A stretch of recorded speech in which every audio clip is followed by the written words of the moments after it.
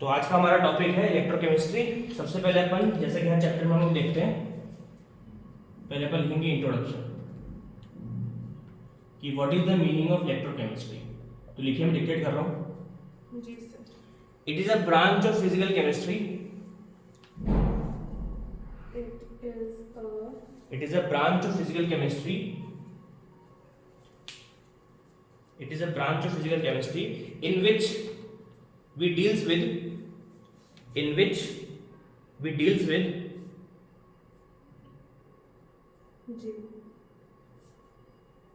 with the redox reaction redox reaction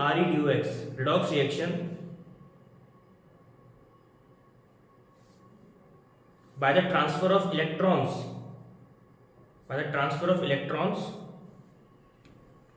and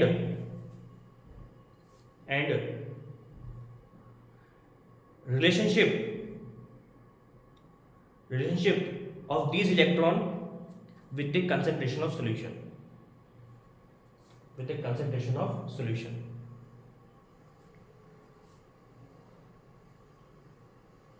ठीक है।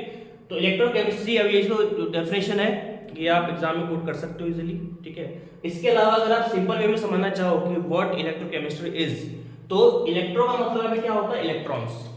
ठीक है ना। अगर मैं इलेक्ट्रोकेमिस्ट्री को ब्रेक करूंगा तो किसमें ब्रेक करूंगा? इलेक्ट्रो में प्लस केमिस्ट्री में।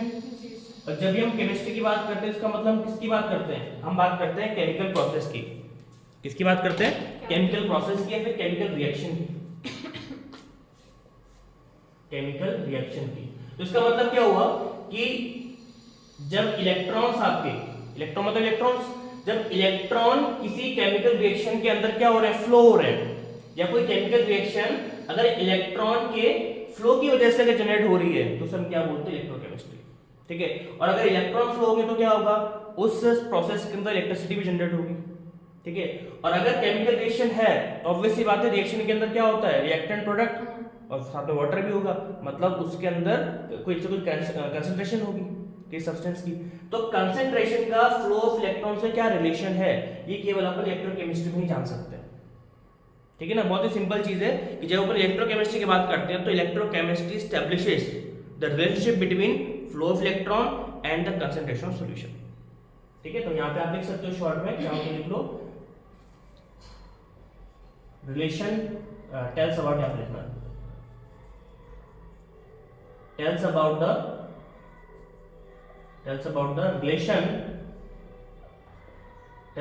the relationship between flow of electron and concentration of solution.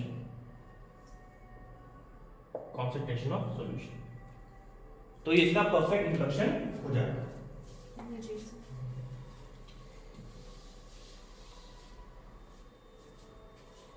ठीक है। कोई डाउट इसमें? अब देखिए, अब जो डेफिनेशन मैंने लिखवाई उसके अंदर एक टर्म काफी ज्यादा मैंने यूज किया है। एक टर्म यूज किया, रेडॉक्स रिएक्शन। क्या होता है ये? नहीं पता? देखो इसको भी समझ लो, इसके बिना काम नहीं चलेगा। रेडॉक्स रिएक्शन, तो जब भी हम रेडॉक्स की बात करें तो रेडॉक्स को भी आप थोड़ा सा ब्रेक करो। RED plus OX। ठीक है, हमने ब्रेक किया इसको। जब ब्रेक किया तब हमको मालूम पड़ा कि भाई रेडॉक्स के अंदर रेड और OX का मतलब है। ठीक है ना। रेड का मतलब होता है क्या? होता है रेड का मतलब? रिडक्शन। वैसे रेड आया है ऑक्सीजन। अरे ऑक्सीजन नहीं, ऑक्सीडेशन। अच्छा, रिडक्शन ऑक्सीडेशन। अच्छा ठीक है ना। मतलब ऐसा केमिकल प्रोसेस जिसके अंदर ऑक्सीडेशन रिडक्शन दोनों एक साथ हो, एक ही टाइम पर हो, उसे हम क्या बोलते हैं? Redox reaction. एग्जांपल तो मैं देता हूं। ये सपोज करो copper oxide is reacting with hydrogen gas. बहुत सिंपल सा रिएक्शन। जब भी हम रेडॉक्स का एग्जांपल पढ़ते हैं तो एग्जांपल जरूर देते हैं। तो जब आप रिएक्शन करवाओगे तो आपको मिलेगा H2O और साथ में Cu बाहर निकल जाएगा।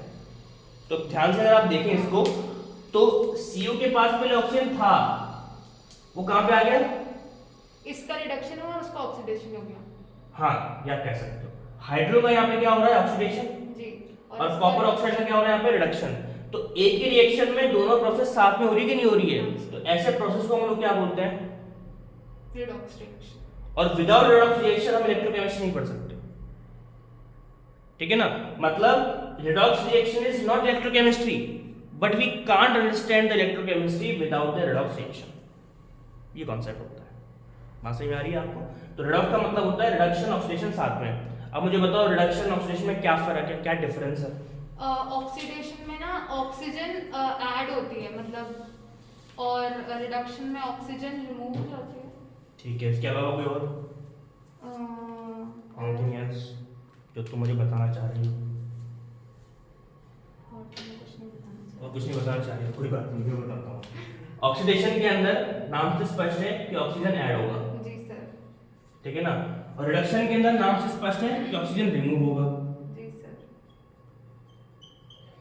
ठीक है। रिडक्शन के अंदर हाइड्रोजन ऐड होता है, अच्छा। ठीक है, और ऑक्सीडेशन में हाइड्रोजन रिमूव। हाइड्रोजन रिमूव हो जाता है, ठीक है। ये डेफिनेशन बनाते हैं छोटे छोटे बच्चों को, चुन्नू मुन्नू बच्चों को, ठीक है बेटा।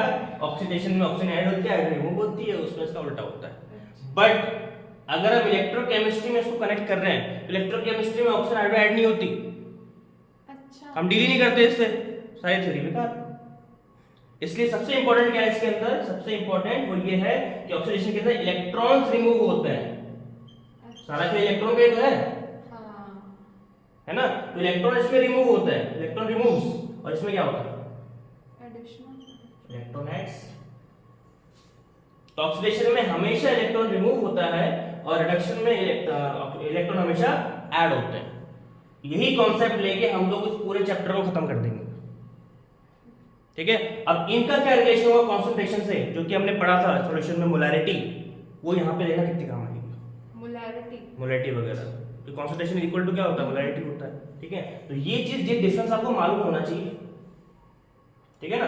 तो इस चीज को आप नोट कर लो फटाफट, मीनिंग और साथ में ये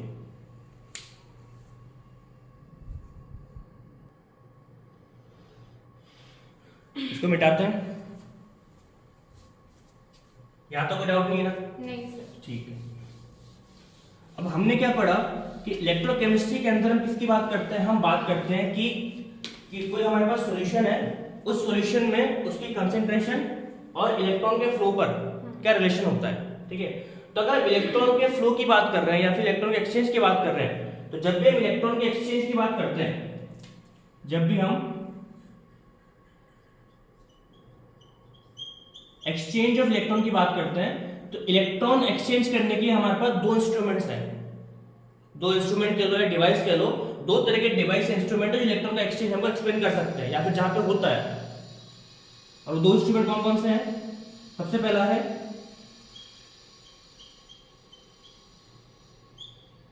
इलेक्ट्रोकेमिकल सेल और दूसरा है इलेक्ट्रोलाइटिक सेल।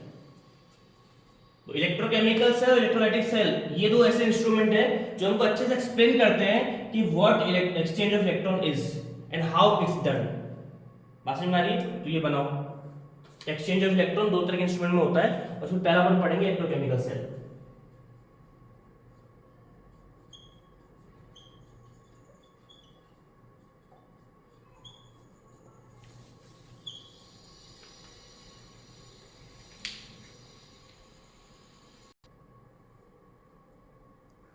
अब इलेक्ट्रोकेमिकल सेल को अगर हम डिफाइन करना चाहें, तो देखो मैंने आपको कहा था कि जो साइंस वाले जितने भी सब्जेक्ट होते हैं वो सारे टेक्निकल होता है, तो सबकी कुछ ना कुछ डेफिनेशन है, ठीक है। कुछ की यूनिवर्सल है, कुछ हम लोग खुद बना सकते हैं उस चीज को इंटरप्रेट करने के लिए, समझने के लिए। तो इलेक्ट्रोकेमिकल सेल क्या होता है, तो जब भी आप किसी भी वर्ड का डेफिनेशन करना चाहो तो उसको थोड़ा सा ब्रेक करने की कोशिश करो। जैसे यहाँ पे इलेक्ट्रो वर्ड आ रहा है, इसका मतलब है इलेक्ट्रॉन, केमिकल का मतलब आ रहा है केमिकल रिएक्शन, ठीक है ना। तो ऐसा कोई भी सेल या डिवाइस, सेल का मतलब क्या डिवाइस है, हम जो घड़ियों में सेल लगाते हैं, कहीं भी सेल लगाते हैं, तो डिवाइस ही तो है जो इलेक्ट्रॉन को एक्सचेंज कर रहा है, फ्लो करवा रहा है। तो कोई भी ऐसा डिवाइस जहां पर केमिकल रिएक्शन से इलेक्ट्रॉन जनरेट होते हैं, उसे हम क्या बोलते हैं? Electrochemical cell. A device which can generate electrons by the help of chemical reaction called electrochemical cell. बात समझ में आ रही है आपको? तो लिखो इसको एरो बना के, ए डिवाइस और instrument, a device or instrument which can generate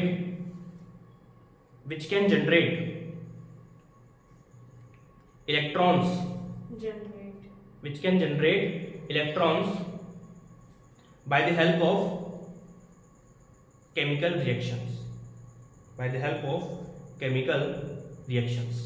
ठीक है, उसको हम क्या बोलते हैं, electrochemical cell, called electrochemical cell.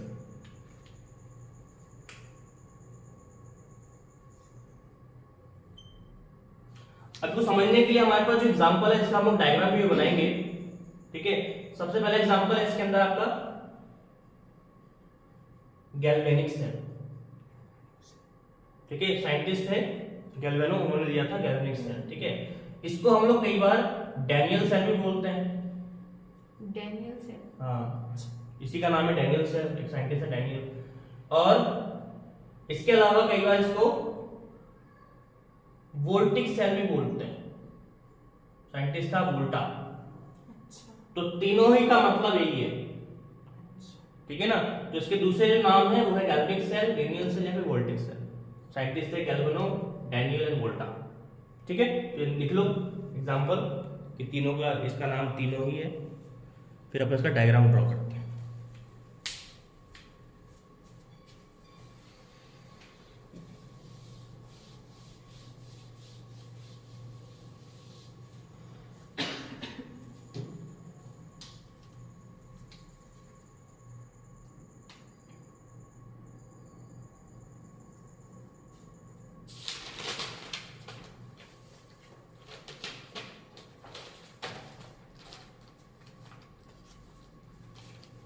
अभी डायग्राम में ड्रॉ करो, मेरे को साफ सुथरा बनाना है आपको, आराम से बनाओ, शांति से. जी सर. क्योंकि यहीं से हमारा चैप्टर जो है एक्चुअली रनिंग होगा.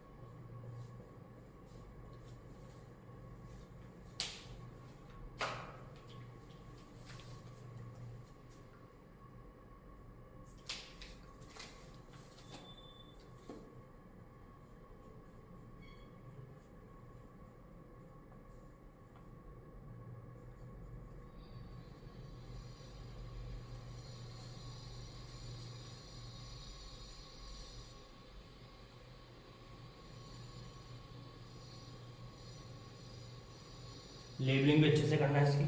जी सर. ये आपका इलेक्ट्रोलाइटिक सॉल्यूशन है, ये कॉपर इलेक्ट्रोड है, ये वाला जिंक इलेक्ट्रोड है,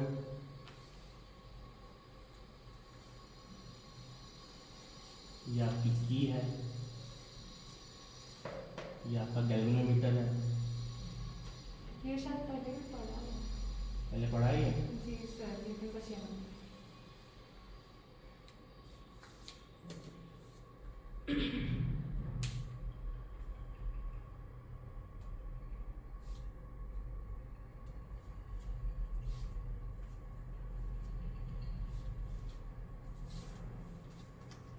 थोड़ा सा करेक्शन है, पेन से बना दिया इसको, एक और बीकर बनेगा और उसमें इसको डालना है।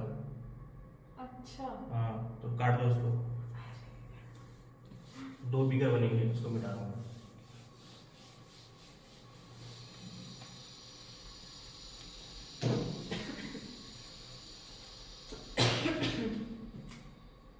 इसके पड़ोस में एक और बीकर बनाना है। ये बन गया आपका इलेक्ट्रोलाइटिक सेल, जो बाद में पढ़ेंगे। इलेक्ट्रोकेमिकल में हमेशा 2 बीकर हम लेते हैं। तो ऐसे भी बना लूं? ऐसे? हाँ ऐसे तो बना जैसा भी।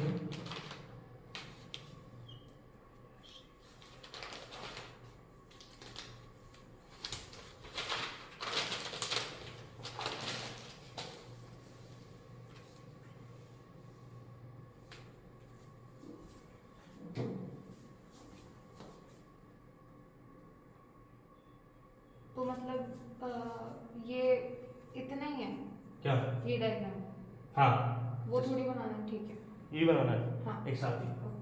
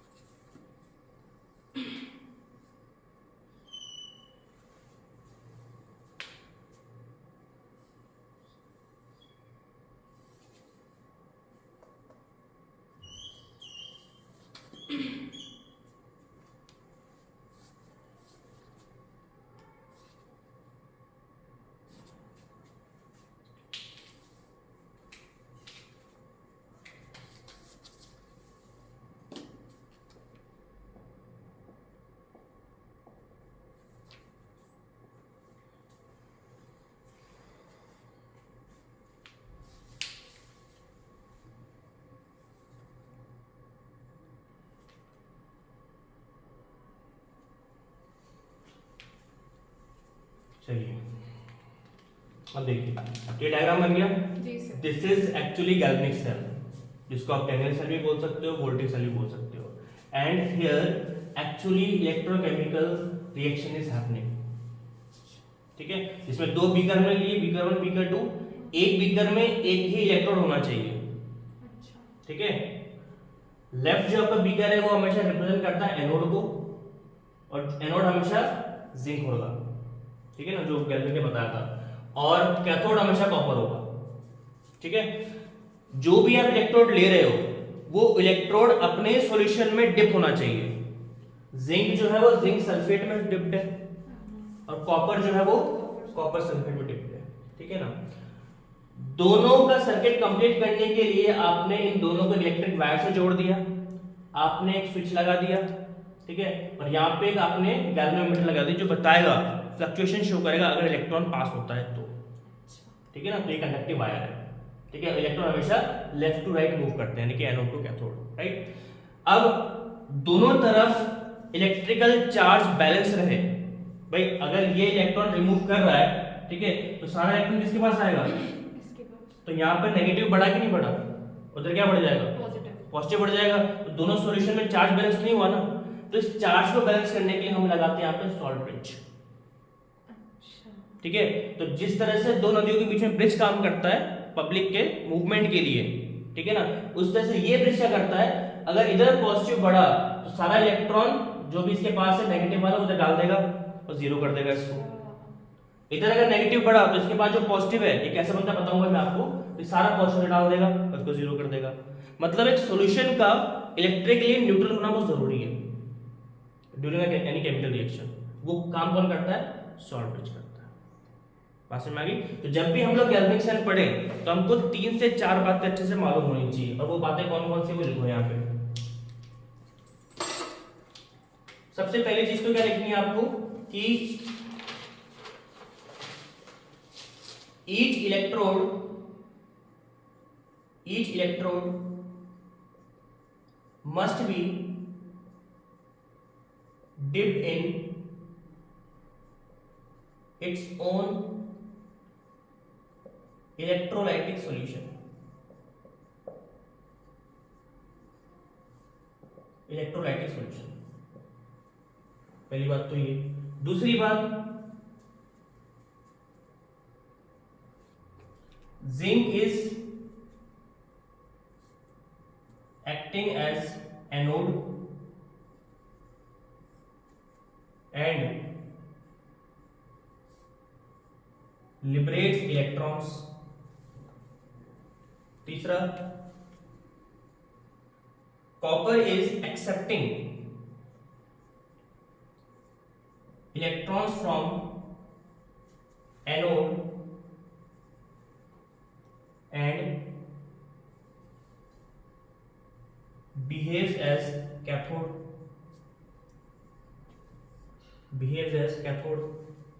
copper। For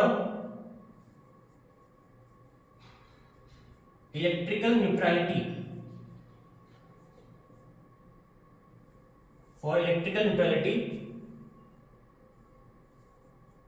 salt bridge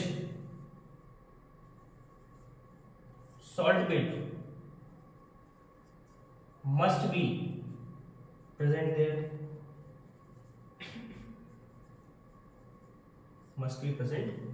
ये चार बातें आपको बहुत अच्छे से याद रखनी है। इनके बिना इलेक्ट्रोकेमिकल सेल हम नहीं पढ़ पाएंगे।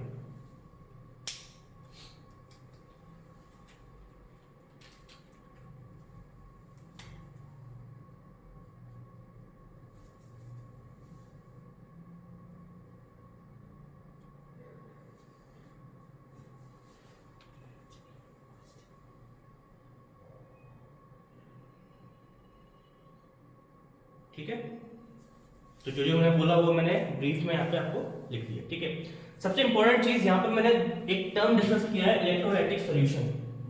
ठीक है, तो what is the meaning of electrolytes?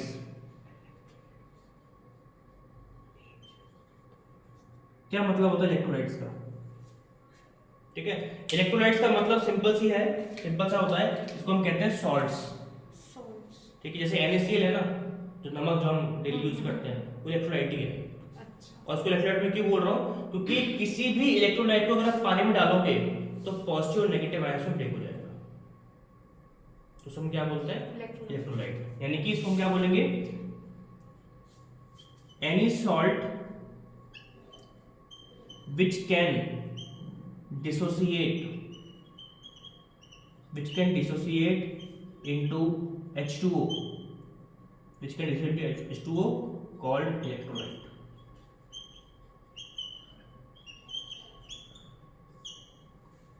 ZnSO4 को जब मैं पानी में डालूंगा तो मुझे क्या मिलेगा बताओ? Zn2 प्लस और SO4 2 माइनस।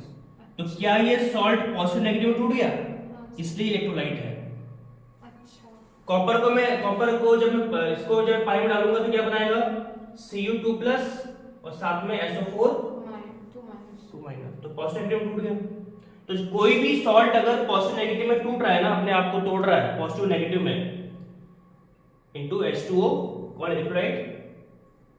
यहां पे एक चीज हम मिसिंग है, salt which can dissociate into H2O in the form of positive and negative ions। ये इसमें कीवर्ड है। तो अगर कोई भी सॉल्ट अपने आप को पानी के अंदर तोड़ रहा है, किस फॉर्म में? पॉजिटिव नेगेटिव फॉर्म में, पॉजिटिव नेगेटिव, तो उसे आप कंप्लीटली इलेक्ट्रोलाइट बोलोगे। बात समझ में आ रही है? तो इस चीज को भी हम नोट करें। ये सारे कीवर्ड, इन कीवर्ड से चैप्टर समझ में आता है। फिर हम बात करेंगे सॉल्ट ब्रिज की, उसके बाद में इसमें रिएक्शन देखेंगे।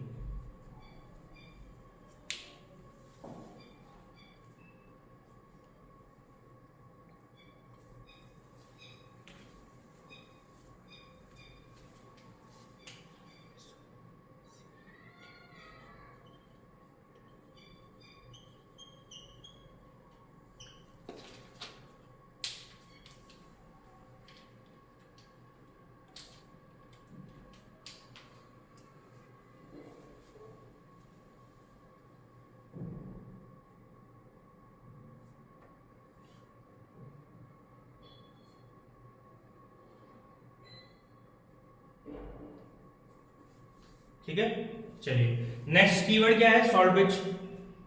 जी ये आप देख सकते हो स्ट्रक्चर में भी सॉल्ट ब्रिज है।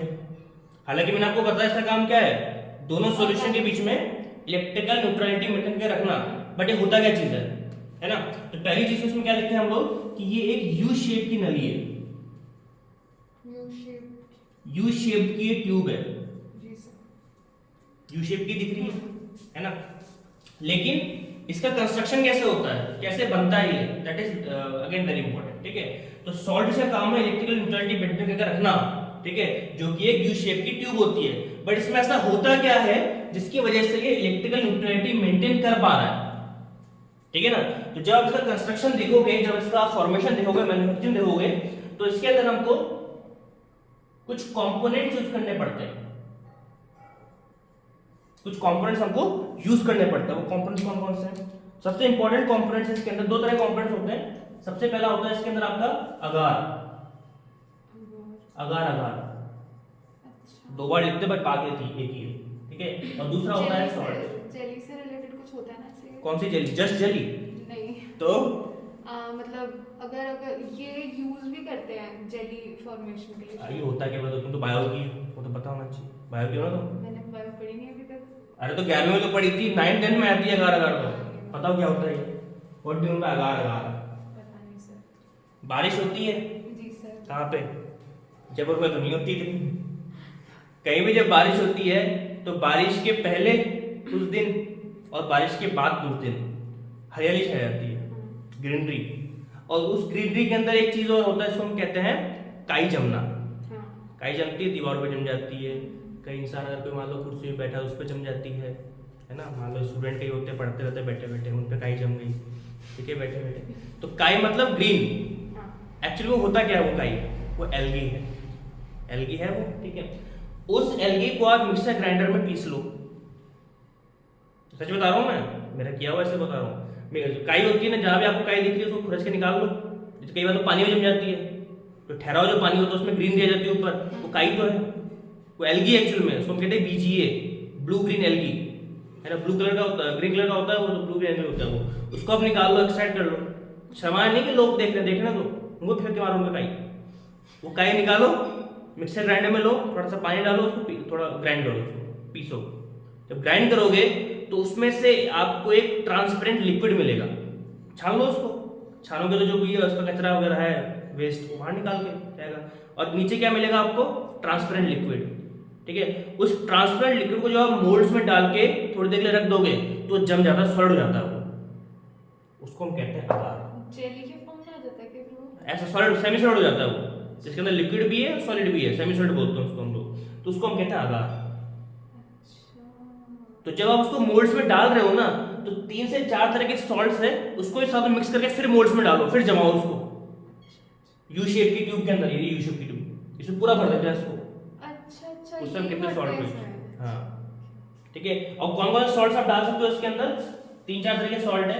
एक तो इसके अंदर आप NH4Cl डाल दो, आप KNO3 डाल दो, KNO3, एक आप NH4NO3 डाल दो, फिर आप इसके अंदर KCl डाल दो। ऐसे 3-4 तरह के सॉल्ट होते हैं। तो इन सॉल्ट्स को आपको अगार में मिलाकर इस ट्यूब के अंदर भर लेना है, तो उसको हम कहते हैं सॉल्ट ब्रिज, ठीक है। तो क्या करेगा ये, जब सॉल्ट ब्रिज सर्किट में जाएगा तो मान लो यहाँ पे इलेक्ट्रॉन निकालना, जहाँ पे पॉजिटिव बढ़ गया, ठीक है। तो आपको पता है कि इस NH4Cl किस में टूटता है, NH4 प्लस में और Cl माइनस में, तो तुरंत सारे Cl माइनस यहाँ पे दे देगा वो, कि हो गया न्यूट्रल, हो जाए, हाँ। हो गया न्यूट्रल।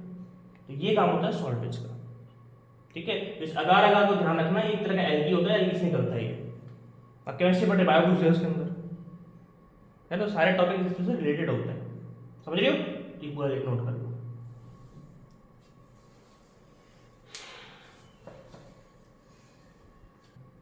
कोई डाउट, नहीं। क्लियर है यहाँ तक, ठीक है। इसके बाद में हम देखते हैं केमिकल रिएक्शंस। ये तो इंट्रोडक्शन हो गया, एरोनिक सेल क्या होता है, कैसा दिखता है, इसमें कंपोनेंट्स क्या करते हैं, वगैरह वगैरह वगैरह। बट एक्चुअल में इलेक्ट्रॉन का फ्लो कैसे हो रहा है, मेन मुद्दा तो ये ना, इलेक्ट्रोकेमिस्ट्री साइंस के अंदर, तो वो अपन आप देखने वाले हैं। तो इलेक्ट्रोकेमिस्ट्री जानने के लिए हमको ये देखना पड़ेगा कि जो भी हमने सेल बनाया है, क्या उसके अंदर एनोड पे क्या हो रहा है और कैथोड पे क्या हो रहा है। इसको अपन क्या बोलते हैं, इसको हम कहते हैं सेल रिएक्शंस। क्योंकि सेल जो है डिवाइस को हम लोग सेल बोल देते हैं, सेल रिएक्शंस। तो सेल रिएक्शन देखने के लिए चूंकि हमारे पास बीकर दो अलग अलग हैं और हमारे पास इलेक्ट्रोड भी अलग अलग है, तो आपको क्या करना पड़ेगा, एनोड पर क्या हो रहा है और फिर कैथोड पर क्या हो रहा है, ये दोनों बताना पड़ेगा। और जब एनोड कैथोड दोनों बता दोगे, आपको बताना पड़ेगा कि टोटल रिएक्शन क्या है। फिर बात समझ में आ रही है? इस तरह से ये ऐसा चलता है इसके अंदर। तो देखो एनोड में यहाँ पे किस चीज का बना हुआ है, Zn का बना हुआ है, जिंक का बना हुआ है, ठीक है। अब एनोड पे हमेशा क्या होगा, एनोड पे हमेशा क्या होगा, ऑक्सीडेशन, हमेशा होगा ऑक्सीडेशन, इस बात को ध्यान रखना, ठीक है ना। और कैथोड पे हमेशा क्या होगा, रिडक्शन, रिडक्शन, ठीक है।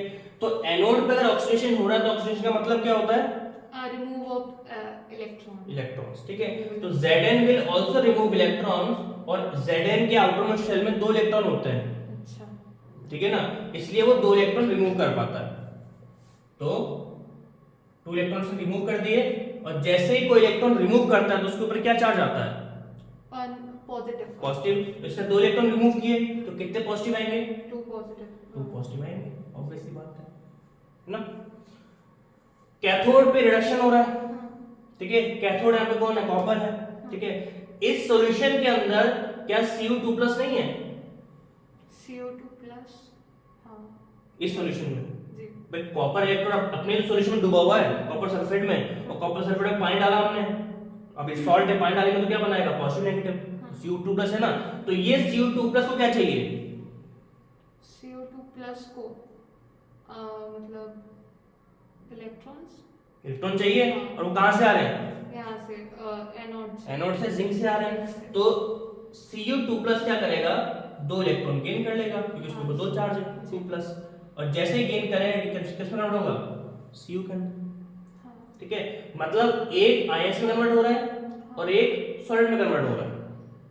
तो जब आप टोटल सेल रिएक्शन लिखोगे तो दोनों के पहले एक साथ लिखो, Zn gives out, मतलब ये पूरा ऐसे एक्सप्लेन करना पड़ेगा, हाँ, अच्छा, Cu2+ और साथ में 2 इलेक्ट्रॉन गिव्स आउट Cu। आपसे पूछेंगे टोटल सेल रिएक्शन क्या है, ठीक है।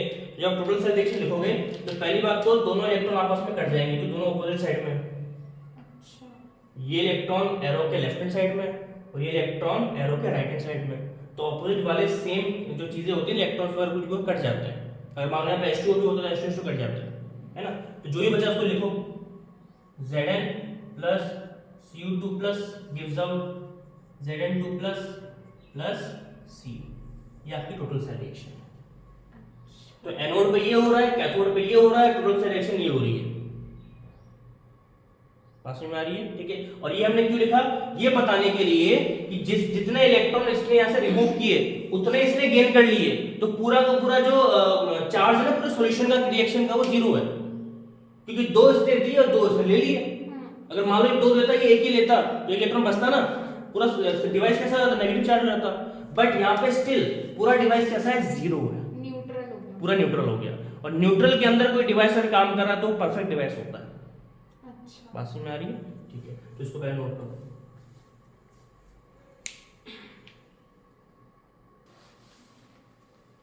चलो, तो जब हम लोग ये सेल रिएक्शन जब पढ़ लेते हैं तब इसमें एक कंसेप्ट आता है, और उस कंसेप्ट को हम लोग कहते हैं इलेक्ट्रोड पोटेंशियल।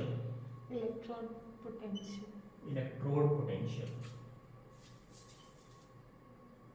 पता है क्या होता है ये? नहीं सर, इलेक्ट्रोड पोटेंशियल को कई बार हम लोग कहते हैं ईएमएफ, फिजिक्स में ही पढ़ते हैं हम लोग, इलेक्ट्रोमोटिव फोर्स, है ना। अभी होता क्या देखिए, एक्चुअल में जैसे आपने कोई एक सेल का डिवाइस सेटअप किया, ठीक है। अब सेटअप करोगे तो उसके अंदर आपने इलेक्ट्रोड डाला और उस इलेक्ट्रोड को उसी के सॉल्यूशन के अंदर आपने डिप कर दिया, है ना। मान लेते हैं कि जैसे अभी तो स्विच ऑन है, इलेक्ट्रॉन फ्लो कर सकता है, मान लो स्विच जो है वो ऑफ है, बंद कर रखा है। तो जब हमने स्विच ऑन कर रखा था तब इलेक्ट्रॉन का ट्रांसफॉर्मेशन हो रहा था। ट्रांसफॉर्मेशन कैसे हो रहा था, जैसे ट्रांसफर मतलब यहाँ से भाई इसने इलेक्ट्रॉन निकाले ना, देखो हाँ, 2 इलेक्ट्रॉन निकाले, तो 2 इलेक्ट्रॉन वायर के थ्रू कहाँ जा रहे हैं, अच्छा, तो ये की के वायर मतलब जब अपन तार लगाते हैं तार तो वायर तो इलेक्ट्रॉन तो आपका वो ट्रांसपोर्ट करता है, वही तो बात है। और जिस डायरेक्शन में इलेक्ट्रॉन जाता है उसके अपोजिट डायरेक्शन में करंट आता है, अच्छा, ये फिजिक्स का नियम है कि जब इलेक्ट्रॉन जाएगा जिस डायरेक्शन में, उसके अपोजिट डायरेक्शन में करंट आ जाता है, उसके अपोजिट में करंट आता है, करंट। ठीक है, हाँ, तो मैं ऐसे कह रहा हूँ कि जब स्विच ऑन होता है तब इलेक्ट्रॉन एक स्थान से यानी कि वन प्लेस से दूसरे प्लेस की तरफ मूव करता है ना। अब देखो, जब स्विच ऑफ है लेकिन फिर भी इलेक्ट्रोड आपका आपके उसके सॉल्यूशन में डूबा हुआ है कि नहीं, तब क्या हो रहा है? इलेक्ट्रॉन फ्लो नहीं कर रहा है क्या? तब क्या हो रहा है? क्या सब बंद पड़े हैं, ऐसे बैठे हैं, क्या हो रहा है तब? उस टाइम पे क्या हो रहा है? जब स्विच ऑफ है तो ऑन में तो चलो ठीक है, इलेक्ट्रॉन ट्रांसफर हो गया, ऑफ में क्या हो रहा है? ऑफ के अंदर भी इंटरेक्शन हो रहा है। ठीक है, कैसे हो रहा है भाई? ये इलेक्ट्रोड आपका इसके सॉल्यूशन में डिप्ड है, आपने स्विच ही तो ऑफ किया है, मतलब आपने एक रास्ता तो ब्लॉक किया इलेक्ट्रॉन के जाने आने का, बाकी ये कंटिन्यूअसली अपने सॉल्यूशन के टच में है, इलेक्ट्रॉन एक्सचेंज हो रहा है कंटिन्यूअसली। ठीक है, मतलब इस जो इलेक्ट्रोड है वो अपने सॉल्यूशन के साथ इंटरेक्शन कर रहा है, चार्ज का ट्रांसफर कर रहा है, और चार्ज ट्रांसफर करने की वजह से यहां पर एक पोटेंशियल जनरेट होता है, उस पोटेंशियल को हम लोग क्या बोलते हैं? इलेक्ट्रोड जो होता है वो किस फॉर्म में होता है? सॉलिड फॉर्म में। अच्छा, सॉलिड फॉर्म में होता है। ठीक है, और उस सॉलिड को आपने लिक्विड में डाल रखा है और उसी के सॉल्यूशन में। अच्छा, ठीक है, तो इलेक्ट्रॉन का या चार्ज का ट्रांसफर कंटिन्यूअसली हो रहा है। हाँ, अगर आपने इसको बाहर निकाल दिया फिर कुछ नहीं होगा, क्योंकि इंटरेक्शन ही नहीं है। बात समझ आई आपको? तो जब आपका स्विच भले ही ऑफ हो, इलेक्ट्रोड और वो अपने सॉल्यूशन दोनों क्या कर रहे हैं? चार्ज का ट्रांसफर कर रहे हैं, इंटरेक्शन कर रहे हैं through charge translocation, electron translocation. ठीक है ना, तो ऐसा करने की वजह से इस जगह पर एक पोटेंशियल जनरेट होता है, उस पोटेंशियल को हम लोग क्या बोलते हैं? Electrode potential. और इसका सिंबल क्या होता है? That is E cell. ठीक है, ई सेल पूरे सेल का होता है। अब जैसे जिंक आपका एनोड है तो ई एनोड हो जाएगा, कॉपर आपका कैथोड है, सेम का यहाँ पे भी होता है तो ई कैथोड हो जाएगा। ठीक है ना, तो ये होता है ई सेल। ठीक है, अब ई सेल जब आप लिखोगे तो ई सेल हम लिखते हैं कब? At NTP. एनटीपी मतलब एनटीपी वो स्टैंडर्ड के अलावा जो नॉर्मल टेम्परेचर एंड प्रेशर होता है, वही होता है। ठीक है, नॉर्मल टेम्परेचर प्रेशर, मतलब फिर टेम्परेचर कितना होना चाहिए? टेम्परेचर होना चाहिए 300 केल्विन। 300 केल्विन यानी हाँ, कि मतलब 27 नॉर्मल डिग्री। Room temperature 27। ठीक है ना, प्रेशर कितना होना चाहिए? 180। 180। ठीक है, बट अगर आपने ई सेल को एट एसटीपी पे लिखा, जी, स्टैंडर्ड टेम्परेचर प्रेशर पे, जिसमें टेम्परेचर कितना होना चाहिए? टेम्परेचर होना चाहिए 0 डिग्री सेंटीग्रेड। हाँ, ठीक है ना, और प्रेशर 73 केल्विन है ना, और प्रेशर कितना होना चाहिए? 180। तो उस कंडीशन में इसका सिंबल क्या बन जाएगा? That is E cell naught. अच्छा, किसी के ऊपर अगर नॉट लग जाए ना तो मोस्टली वो एसटीपी कंडीशन को शो करता है। ठीक है, तो इलेक्ट्रॉन पोटेंशियल क्या है कि जब आपका इंटरेक्शन हो, चार्ज इंटरेक्शन हो किसके बीच में? इलेक्ट्रोड और सॉल्यूशन के बीच में। ठीक है, तो जो पोटेंशियल जनरेट होता है उसको हम कहते हैं इलेक्ट्रोड पोटेंशियल। उसका सिंबल ये होता है एनटीपी पर, एसटीपी पर सिंबल ये होता है। ठीक है, यहां तक की चीज नोट करो।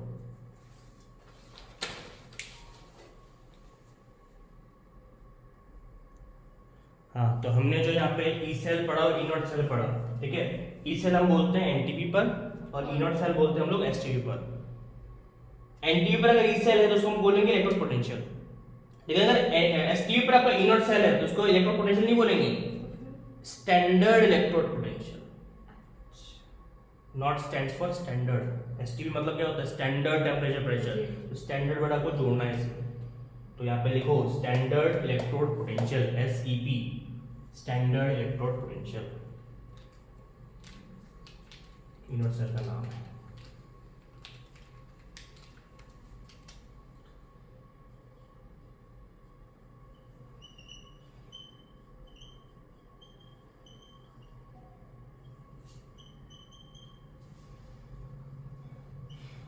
क्वेश्चन बनता है how to calculate E cell या फिर ई नॉट सेल। ठीक है ना, बस टेम्परेचर का डिफरेंस है, बाकी तो सेम ही चीज है दोनों, है ना। तो कैसे कैलकुलेट करें? तो जैसे मैं आपको बता रहा था कि इस पूरे डिवाइस के अंदर हो क्या रहा है? जिंक इलेक्ट्रॉन निकाल रहा है और ये इलेक्ट्रॉन ले रहा है, इसके पूरा इक्विलिब्रियम में बैठा हुआ है ना। तो जब हम ई सेल निकालते हैं तो ई सेल में यही देखा जाता है कि एनोड पे क्या हो रहा है और कैथोड पे क्या हो रहा है।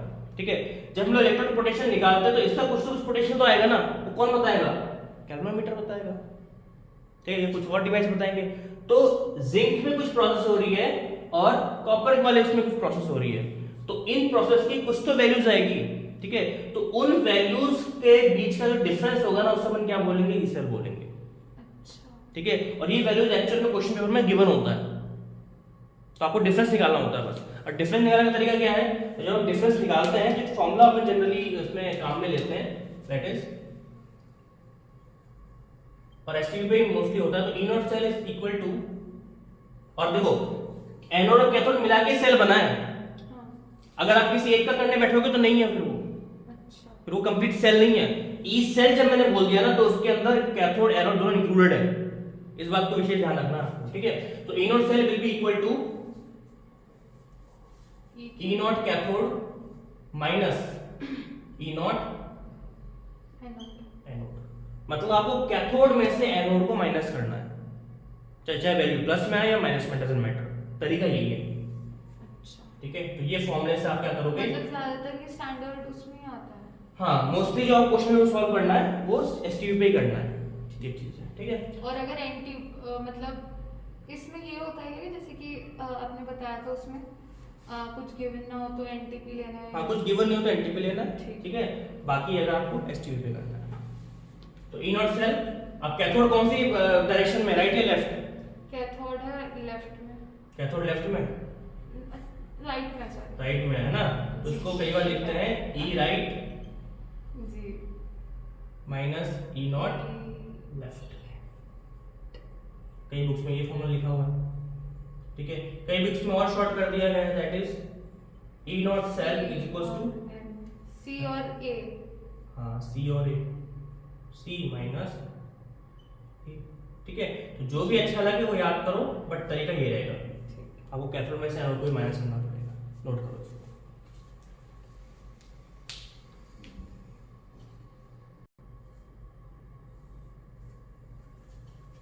चलिए, तो जब हमको मालूम पड़ा कि हम लोग ई नॉट सेल यानी कि किसी भी सेल का जो इस तरह से कंस्ट्रक्ट किया हुआ है उसका हम लोग इलेक्ट्रॉन पोटेंशियल निकाल सकते हैं, तब एक सवाल ये आया कि चलो हमने सेल डिवाइस बनाया, ठीक है, हमने उसकी रिएक्शन भी लिखी कि एनोड पे क्या हो रही है, कैथोड पे क्या हो रही है, लेकिन इस सेल को हम लोग रिप्रेजेंट कैसे करें? क्योंकि बार बार हमारे पास इतना टाइम नहीं कि हम एनोड की रिएक्शन लिखें, कैथोड की रिएक्शन लिखें, फिर टोटल सेल रिएक्शन लिखें, we have not that much of time. तो how can we represent a cell in shortly? तो तब जाके कॉन्सेप्ट निकल के आया जिसको हम कहते हैं सेल रिप्रेजेंटेशन। सेल रिप्रेजेंटेशन, और सेल रिप्रेजेंटेशन का मतलब ये होता है कि आपने एक डिवाइस को शॉर्टली कैसे एक्सप्लेन किया यूनिवर्सली, जो कि सबको समझ में आए। ठीक है, इसके लिए 2 से 3 नियम बनाए गए, बहुत छोटे छोटे नियम। वो नियम क्या है वो देख लीजिए आप, कौन कौन से रूल्स हैं। सबसे पहला नियम तो ये है कि salt bridge must be drawn in 2 parallel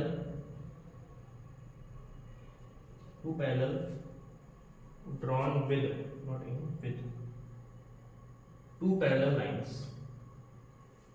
salt bridge को हमेशा आपको 2 पैरेलल लाइन से ड्रॉ करना है, जैसे इस तरह से। इसका मतलब क्या होता है? सॉल्ट ब्रिज है ये, ठीक है ना, ये बताया गया पहले। तो पहले रूल्स बताते, बाद में एप्लीकेशन आते हैं ना। सेकंड रूल क्या बताया गया? Anode must be situated on the left side of salt bridge।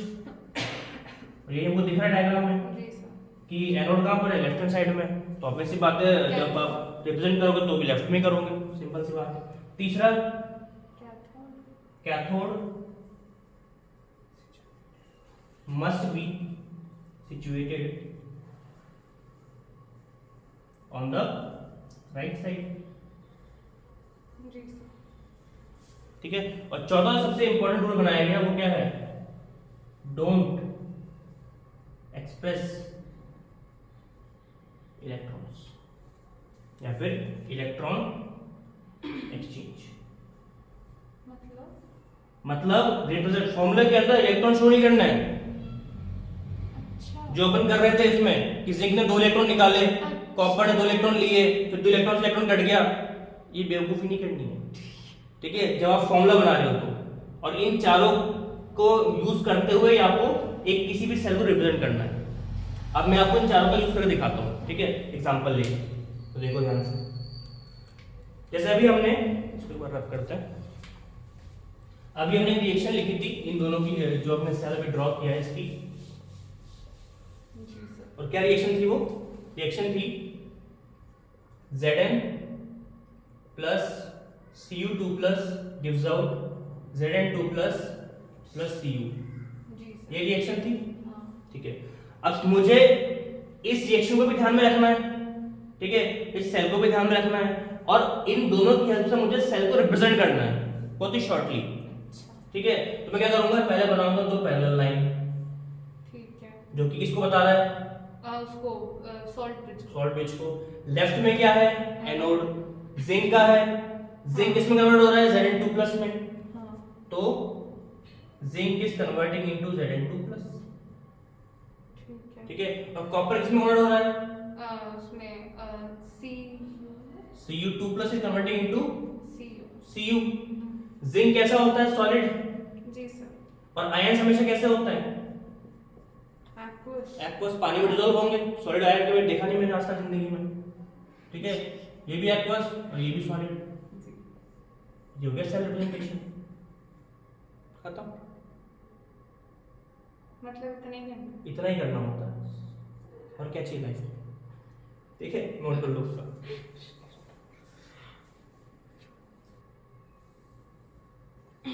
आगे बढ़े, चलिए। अब इतना कुछ होने के बाद में फिर एक सवाल पूछा गया लोगों से। कौन सा लोगों से? जो इस पे स्टडी कर रहे थे। ये पूछा गया कि चलो ठीक है, मान लिया आपका जो थ्योरी थी बिल्कुल सही है और कैलकुलेशंस भी हो रही है, हम सेल को समझ भी रहे हैं, इलेक्ट्रोकेमिस्ट्री हमारे समय भी आ रही है, ठीक है।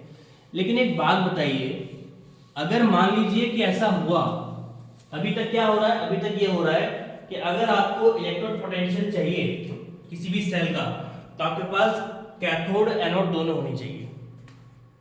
भाई अपन इन दो सेल के माध्यम से क्या कैथोड कर रहे हैं? ई सेल तो निकाल रहे हैं, कैथोड माइनस एनोड करके। मान लीजिए कि हमें ई सेल निकालना है, लेकिन मेरे पास एनोड और कैथोड में से कोई एक चीज मिसिंग है, लेकिन मुझे फिर भी निकालना है, तो कैसे निकालूं? साइंटिस्ट ने सोचा, यस इट इज ट्रू, ठीक है। तो उनके सामने कंडीशन क्या रखी गई? उनके सामने एक क्वेश्चन रखा गया, कंडीशन रखी गई कि how can we calculate E cell if E cell या फिर नॉट सेल जो भी है, if any electrode half cell. भाई एनोड और कैथोड क्या है? हाफ सेल ही तो है। तो any electrode half cell, it might be anode और it might be cathode, is missing. और बहुत बड़ा प्रश्न है ये, ठीक है ना, कि भाई हमने पढ़ लिया, आपने बता दिया कि इज नॉट सेल या ई सेल कैसे निकल सकता है? एन कैथोड को एनोड में से माइनस करके, सॉरी क्या बोलते हैं, कैथोड को एनोड में से माइनस करके। तो दोनों का होना जरूरी है ना, तभी तो कर सकते हैं। मान लीजिए ऐसी सिचुएशन है कि इसमें से एक कोई एब्सेंट है, लेकिन फिर भी मुझे चाहिए ये सेल, तो मैं कैसे कैलकुलेट करूंगा? तो साइंटिस्ट ने बहुत दिमाग लगाया, दिन रात एक कर दिया, 2-4 दूनी बढ़ भी गए, ठीक है। फिर आंसर मिला सबको कि हर चीज का इलाज है इलेक्ट्रोकेमिस्ट्री में, और आप ई नॉट सेल कैलकुलेट कर सकते हो अगर दोनों में से कोई चीज मिसिंग है तो भी। कैसे करेंगे साहब? करेंगे शी के माध्यम से, अच्छा, ठीक है। शी ही वो एक जरिया है जिसके माध्यम से आप ई नॉट सेल निकाल सकते हो, चाहे आपके पास एनोड हो या कैथोड हो, कोई भी एक चीज हो, ठीक है। हम लोगों के आगे चलोगे शी हाँ क्या। तो बाद में जब से खुलासा हुआ कि शी यहाँ पे कोई महिला नहीं है, शी यहाँ पर है स्टैंडर्ड हाइड्रोजन इलेक्ट्रोड, मतलब ये भी एक डिवाइस है। अच्छा।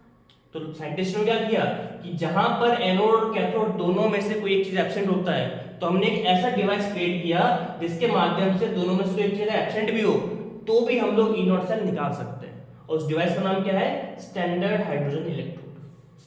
बात समझ में आ गई? तो ये इसका आंसर है। अभी शी क्या होता है क्या नहीं होता उसका डायग्राम बनाएंगे, तब तक आप ये नोट करो, क्वेश्चन भी और साथ में आंसर भी।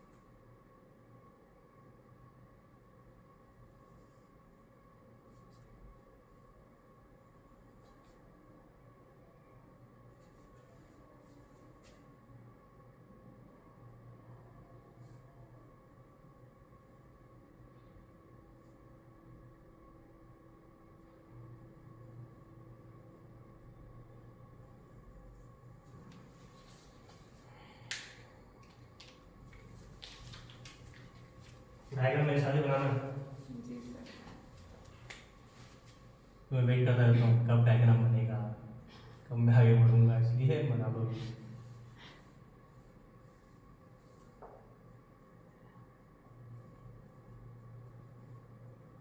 इसके आजू बाजू तो कुछ नहीं बनाना ना? इसके आजू बाजू कुछ नहीं है।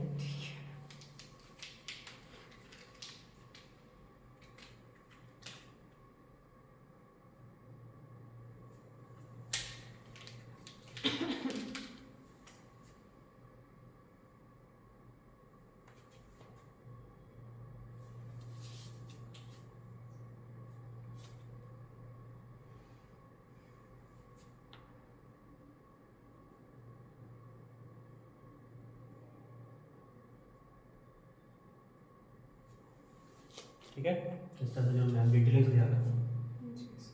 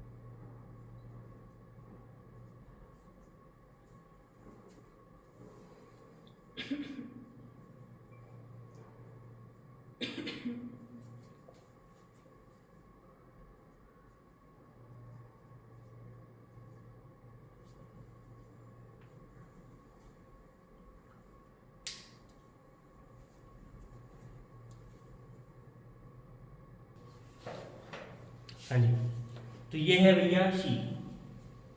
ठीक है, तो लोगों ने सवाल पूछा कि दोनों में से कोई एक चीज मिसिंग हो तो क्या यूज करें, शी निकाल दो। ठीक है, और ये शी ऐसा होता है। अब जब सवाल ही पूछा गया, चलो आपने शी बना दिया और इसके माध्यम से ई सेल आप कह रहे हो कि आ जाएगा, तो कैसे आएगा? ठीक है, तब साइंटिस्ट ने एक्सप्लेन किया कि इधर देखो मूर्खों, इधर देखो। तो जब इसका सेल रिएक्शन देखा गया तो ये कहा कि पहले से कंस्ट्रक्शन को समझो कि हमने कैसे बनाया। हमने बीकर लिया, ठीक है। इस बीकर के अंदर हमने सिलेंड्रिकल ट्यूब डाली जिसके अंदर इस तरह से प्लेटिनम वायर लगा हुआ है और ऊपर हमने कंडक्टिव वायर लगा दिया जिसमें से इलेक्ट्रॉन का फ्लो होता है, ठीक है ना। ये आगे प्लेटिनम लीफ से जुड़ा हुआ है, मतलब पूरा प्लेटिनम का बनाएंगे, ठीक है ना। इस सिलेंड्रिकल ट्यूब में हमने प्लेटिनम वायर लगा के इसको हमने 1m HCl सॉल्यूशन के अंदर डिप कर दिया है। तो समझ में सबको कैसा समझ में आ गया? देखिए हाँ आ गया। आगे देखो तो इसके अंदर आप देख सकते हो कि हमने ऊपर सिलेंड्रिकल ट्यूब में छेद कर रखा है और इसको हम इसमें से हम लोग H2 गैस को पास कर रहे हैं, ठीक है। और आपको क्या लग रहा है कि H2 गैस बाहर निकल रही है जो कि H2 के बबल्स हैं। तो लेकिन इसका क्या काम है कि H2 यहां से डाला H2 बाहर निकल गया, ठीक है। तब देखा कि इधर आ जाओ लोग। सेल के अंदर दो चीजें होती है, एनोड और कैथोड। जी सर। तो इसमें भी होगी, ठीक है, अच्छी बात है। आपने जो ऊपर से H2 गैस पास किया है ना, क्या ये H2 गैस HCl के सॉल्यूशन के कांटेक्ट में आया कि नहीं आया? बोले कि हाँ आया, ऑब्वियसली आएगा। तो जैसे आया तब एनोड की रिएक्शन हुई। अच्छा, मतलब कैसे हुई? कैसे हुई? तो ये बोला कि H2 गैस जैसे डालेंगे तो ये HCl क्या करेगा, इस H2 को तोड़ देगा और उसमें से इलेक्ट्रॉन को निकाल लेगा। मतलब जो रिएक्शन होगी वो कौन सी होगी? ऑक्सीडेशन रिएक्शन होगी। मतलब आपने H2 गैस पास किया, HCl के कांटेक्ट में आया, ये इसने दो इलेक्ट्रॉन निकाले, एक हाइड्रोजन के पास एक इलेक्ट्रॉन होता है तो दो के पास दो होंगे, दोनों निकाल दिए और क्या मिल गया आपको? 2H+, जी। ठीक है ना। तो ये हुआ। क्या ये सबको समझ में आया? बोले कि हाँ आ गया, ऑब्वियस सी बात है।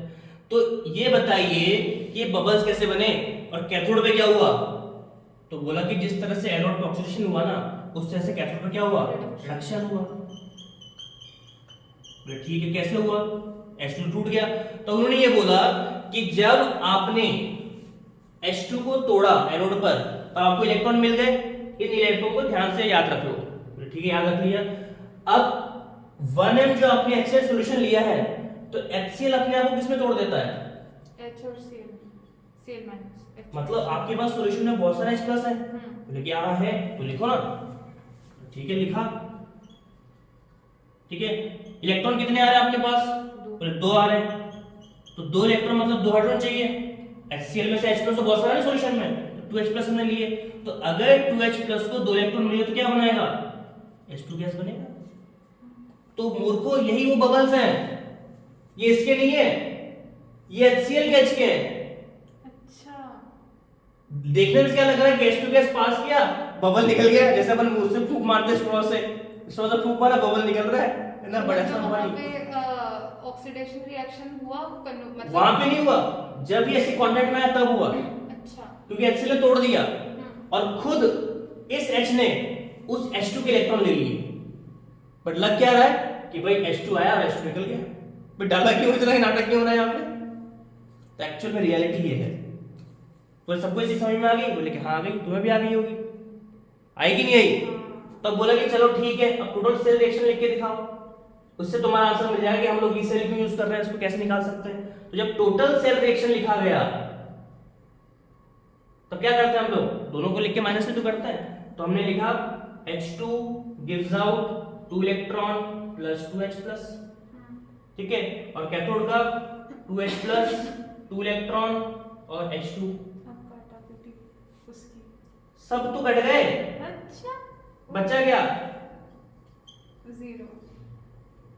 तो अगर मैं शी को इनमें से किसी से भी कनेक्ट करूं, इसका तो 0 ही होता है, तो वैल्यू किसकी आएगी? जो इससे कनेक्टेड है। अच्छा, भाई सेल का चाहिए ना अच्छा, अपने को, हाँ। इसका तो 0 ही होता है। जी। बात समझ में आ रही है? अगर मान लो कि मैं किसी बच्चे को उठा के लेके भाग रहा हूं, भाई भाग कंडीशन क्या है भागने की कि 2 लोग होने चाहिए। मैं हूं अकेला, मेरे साथ कोई पार्टनर नहीं है, मैंने किसी बच्चे को उठा लिया, वो भाग रहा हूं मैं, है तो 2 लोग ही, वो बच्चे में क्या क्षमता भागने की? जी, भागूंगा तो मैं ही ना। तो यहां पर इसका मतलब ये कि शी को आप इनमें से किसी से कनेक्ट कर दो, वैल्यू उसी की आएगी तो इसकी खुद की 0 होती है। अच्छा, ठीक है, तो ये चीज है। कहानी समझ में आ रही है? नोट कर लो इसको। हाँ जी, तो स्टार्टिंग से क्या हो रहा है? हमने सेल पढ़ लिया, गैल्वेनिक सेल पढ़ा हमने, गैल्वेनिक सेल से हमने क्या सीखा? कंक्लूजन देखते जाओ बस। गैल्वेनिक सेल हमने पढ़ा, उससे क्या सीखा हमने कि हम ई सेल निकाल सकते हैं। अब ई सेल निकालने के लिए क्या चाहिए, कैथोड एनोड दोनों चाहिए, ठीक है। कैथोड एनोड में से कोई एक मिसिंग हो तो भी हमको ई सेल निकालना है, तब क्या चाहिए, शी चाहिए, ठीक है ना। और शी को किससे कनेक्ट कर दोगे तो उसी का वैल्यू आएगी, क्यों, इसकी खुद की जीरो होती है, ठीक है। अब साइंटिस्ट तो विद्वान होता है, उसके माइंड में कुछ ना कुछ चलता रहता है। अब उसने अगला सवाल फेंका, चलो ठीक है समझ में आ गया, बहुत पागल बनाया तुम दुनिया को। अब एक और सवाल है मेरा, एक और सवाल ये है कि सपोज कीजिए आपने इसे हमें बताया, हमने क्या बताया जी आपको, आपने ये बताया कि ई सेल दो प्रकार के होते हैं, एक तो ई सेल होता है और एक ई नॉट सेल होता है। साइंटिस्ट ने बोला कुछ सेम ही है, मुझे चुप हो जाओ, बोलने दो पहले। आपने क्या बताया कि ई सेल एनटीपी पे हम करते हैं, नॉर्मल टेम्परेचर प्रेशर पे, और ई नॉट सेल हम निकालते हैं एसटीपी पे निकालते हैं, ठीक है। मान लीजिए आपकी बात ये दोनों सेम होते हैं बट है तो डिफरेंट ही।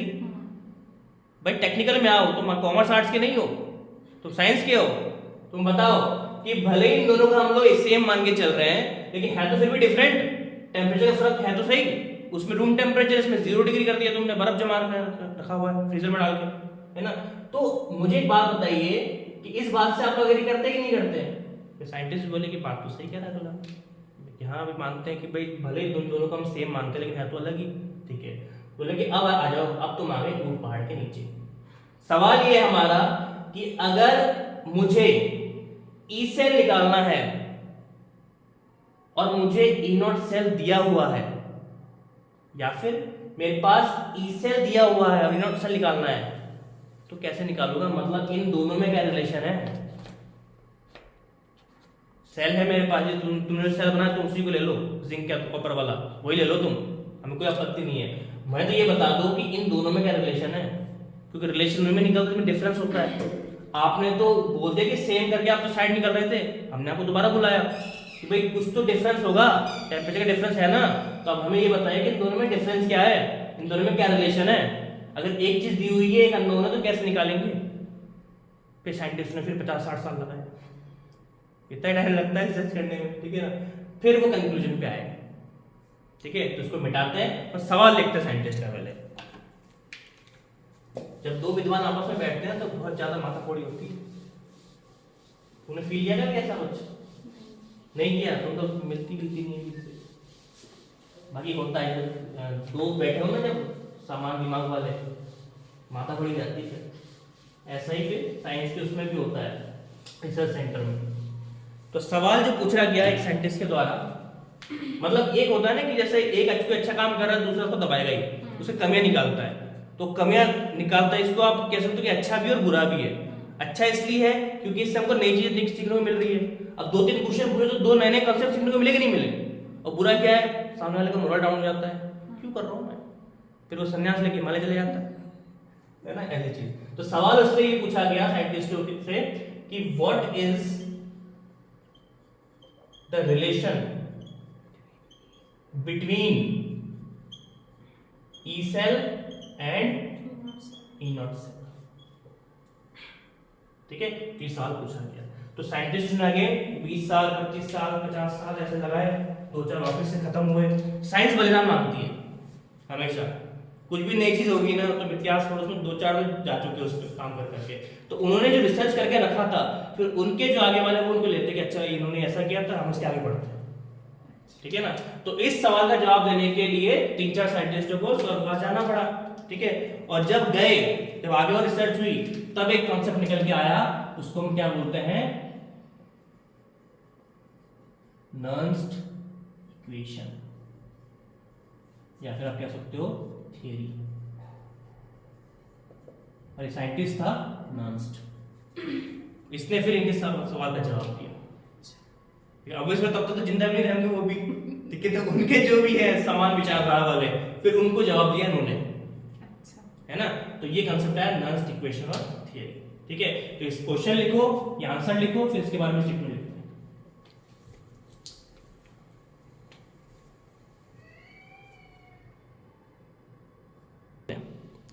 चलो, तो रिसर्च करने के बाद में नर्न्स ने ये बताया कि हम लोग आपके इस क्वेश्चन का जवाब देंगे, लेकिन उसके पहले आप एक स्टेटमेंट सुन लो हमारा।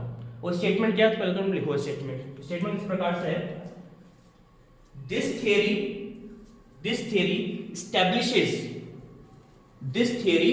establishes relation between E cell, E naught cell,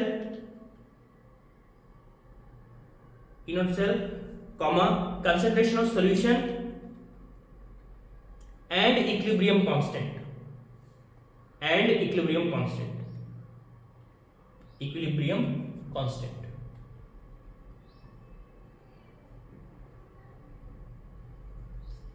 बात समझ आ गई? ये हमारा स्टेटमेंट है। अब सुनो इसको, उनको कहा कि अब आप सुनिए, इसको हम एक्सप्लेन करते हैं। तो कैसे एक्सप्लेन किया वो देखिए। उन्होंने ये कहा कि जब हमारे पास कोई डिवाइस होता है, हमारे पास कोई सेल होता है, तो आपको पता ही उस सेल के अंदर एनोड होता है। वो सेल कैसे बनता है? एनोड से और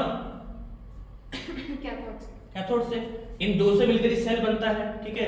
कोई भी एक चीज मिसिंग हुई और उसका अगर ई सेल निकालना तो तरीका बता चुके हम आपको, सी का यूज कर लो, ठीक है। बट हम मान के चल रहे हैं कि हमारे पास जो सेल है उसके अंदर एनोड कैथोड दोनों, ठीक है ना। आपको ये चीज भी पता है कि एनोड हमेशा इलेक्ट्रॉन निकालता है और कैथोड हमेशा इलेक्ट्रॉन लेता है। लेकिन ये जो कहानी है, ये जो चल रहा है, ये जो प्रोसेस चल रहा है, वो कहां पे चल रहा है? ये चल रहा है एक सॉल्यूशन के अंदर। तो सॉल्यूशन हमेशा लिक्विड होता है, मतलब एनोड ने इलेक्ट्रॉन निकाला और कैथोड इलेक्ट्रॉन लिया, तो पानी में तो हो रहा है, सॉल्यूशन में तो हो रहा है। कौन सॉल्यूशन? सॉल्ट सॉल्यूशन, जिसको मैनिपुलेटिव सॉल्यूशन भी बोलते हैं। तो वो क्या सॉल्यूशन है, और हर सॉल्यूशन का क्या होता है? कॉन्सेंट्रेशन। हर सॉल्यूशन का अपना एक कॉन्सेंट्रेशन होता है, ठीक है। और कॉन्सेंट्रेशन अगर है, और हम क्या बोल रहे हैं कि ये सेल कैसा है? न्यूट्रल। न्यूट्रल का मतलब सेम टाइप ऑफ चार्ज है दोनों तरफ, दोनों बीकर के अंदर सेम टाइप ऑफ चार्ज है, दोनों तरफ इलेक्ट्रिक न्यूट्रल है, जहां कहीं पे चार्ज ज्यादा ना कहीं पे चार्ज कम है ना। तो हर सेल दो इलेक्ट्रोड से मिलकर बनता है, कैथोड एनोड, ठीक है। ये दोनों के अंदर इलेक्ट्रॉन का एक्सचेंज होता है, और ये कहां पर होता है? सॉल्यूशन के अंदर। हर सॉल्यूशन का अपना एक कॉन्सेंट्रेशन होता है, ठीक है ना। और कॉन्सेंट्रेशन अगर है तो वो सेल कैसा होगा? न्यूट्रल होगा, तो ये प्रोसेस पूरा न्यूट्रल हो रहा है, ठीक है। लेकिन जब इलेक्ट्रॉन एक्सचेंज होता है तो ये भी आपको ये चीज पता होगी कि जितने इलेक्ट्रॉन एनोड निकालता है उतने इलेक्ट्रॉन कैथोड गेन करता है। इसे हम कहते हैं इक्विलिब्रियम, ठीक है ना। मतलब number of electron exchange is equal कहां पर? एनोड पर एंड कैथोड पर, ठीक है। और इस फिनोमेना को हम लोग क्या बोलते हैं कि कौन सी स्टेट है? इक्विलिब्रियम स्टेट है। सबको समझ में आ रही है बात? तो समझ में आ रही है। हम तो दोबारा रिपीट कर देते हैं कि एक सेल हमेशा एनोड कैथोड से मिलकर बनता है, ठीक है। और एनोड हमेशा इलेक्ट्रॉन निकालता है, कैथोड इलेक्ट्रॉन गेन करता है। और कहां पे होती है सारी प्रोसेस? सॉल्यूशन में। हर सॉल्यूशन का अपना एक कॉन्सेंट्रेशन होता है, ठीक है। और कॉन्सेंट्रेशन है तो आपका पूरा सेल कैसा है? इलेक्ट्रिकली न्यूट्रल है। और क्यों न्यूट्रल है? क्योंकि जितना इलेक्ट्रॉन एनोड निकाल रहा है उतने कैथोड गेन कर रहा है। इस पूरे प्रोसेस को हम क्या बोलते हैं? इक्विलिब्रियम बोलते हैं। तो हमें एक्चुअली रिलेशन एस्टैब्लिश करना है कॉन्सेंट्रेशन, इलेक्ट्रॉन एक्सचेंज, ठीक है, और इक्विलिब्रियम के बीच में, ठीक है। ये हमको करना है, ठीक है। तब पूछा कैसे करोगे? बोले कि मैंने अपना एक इक्वेशन बनाया, एक फॉर्मूला बनाया, उसके थ्रू करूंगा। करो। बोले करता हूं, पहले नोट करो, ठीक है। तो पहले तुम भी नोट करो। तो ये सारी चीज समझाने के बाद में नर्स ने ये बोला कि मैंने आपके सवाल का जवाब अपने इक्वेशन में दिया है, जिसको मैंने क्या बोला? अपना नाम दिया है मैंने, नर्स इक्वेशन, ठीक है। बोले बताओ क्या इक्वेशन है? तो जो इक्वेशन है बहुत इंपॉर्टेंट है, उसको जब हम लिखेंगे तो उसमें जो भी क्वेश्चन हमने पूछा था सबके आंसर मिल जाएंगे आपको। दैट इज इक्वेशन है E cell is equals to E naught cell minus 0.0591 upon n log concentration of anode upon concentration of cathode। ये फॉर्मूला हमने बनाया है, ठीक है। अब साइंटिस्ट भड़क गए, ये क्या बना दिया? ये अपने मन से कुछ भी लिख दिया ऐसा वैसा कि क्या क्या कैसे लगा, उसको हमको पूरा प्रोसेस जानना है वगैरह वगैरह। तो बोला कि इसका पूरा प्रोसेस आपको सबमिट किया जा चुका है, आपके 12 साल पेपर पढ़ा है, देख लो, मतलब 200-250 पेज का है, आराम से करके बैठो, आराम से, या घर जाकर आराम से पढ़ना। कंक्लूजन ये है, ठीक है। इस फॉर्मूले में आप ध्यान से देखें तो आपको ई सेल भी दिखेगा, ई नॉट सेल भी दिखेगा, ठीक है, आपको कंसंट्रेशन भी दिख रहा है, ठीक है। और कंसंट्रेशन जब हम लोग रेशियो लेते हैं और साथ में लॉग के साथ मल्टीप्लाई करते हैं तो उसको अपन क्या बोलते हैं, इक्विलिब्रियम बोलते हैं, है ना, इक्विलिब्रियम कांस्टेंट बोलते हैं इसको हम लोग, इक्विलिब्रियम कांस्टेंट।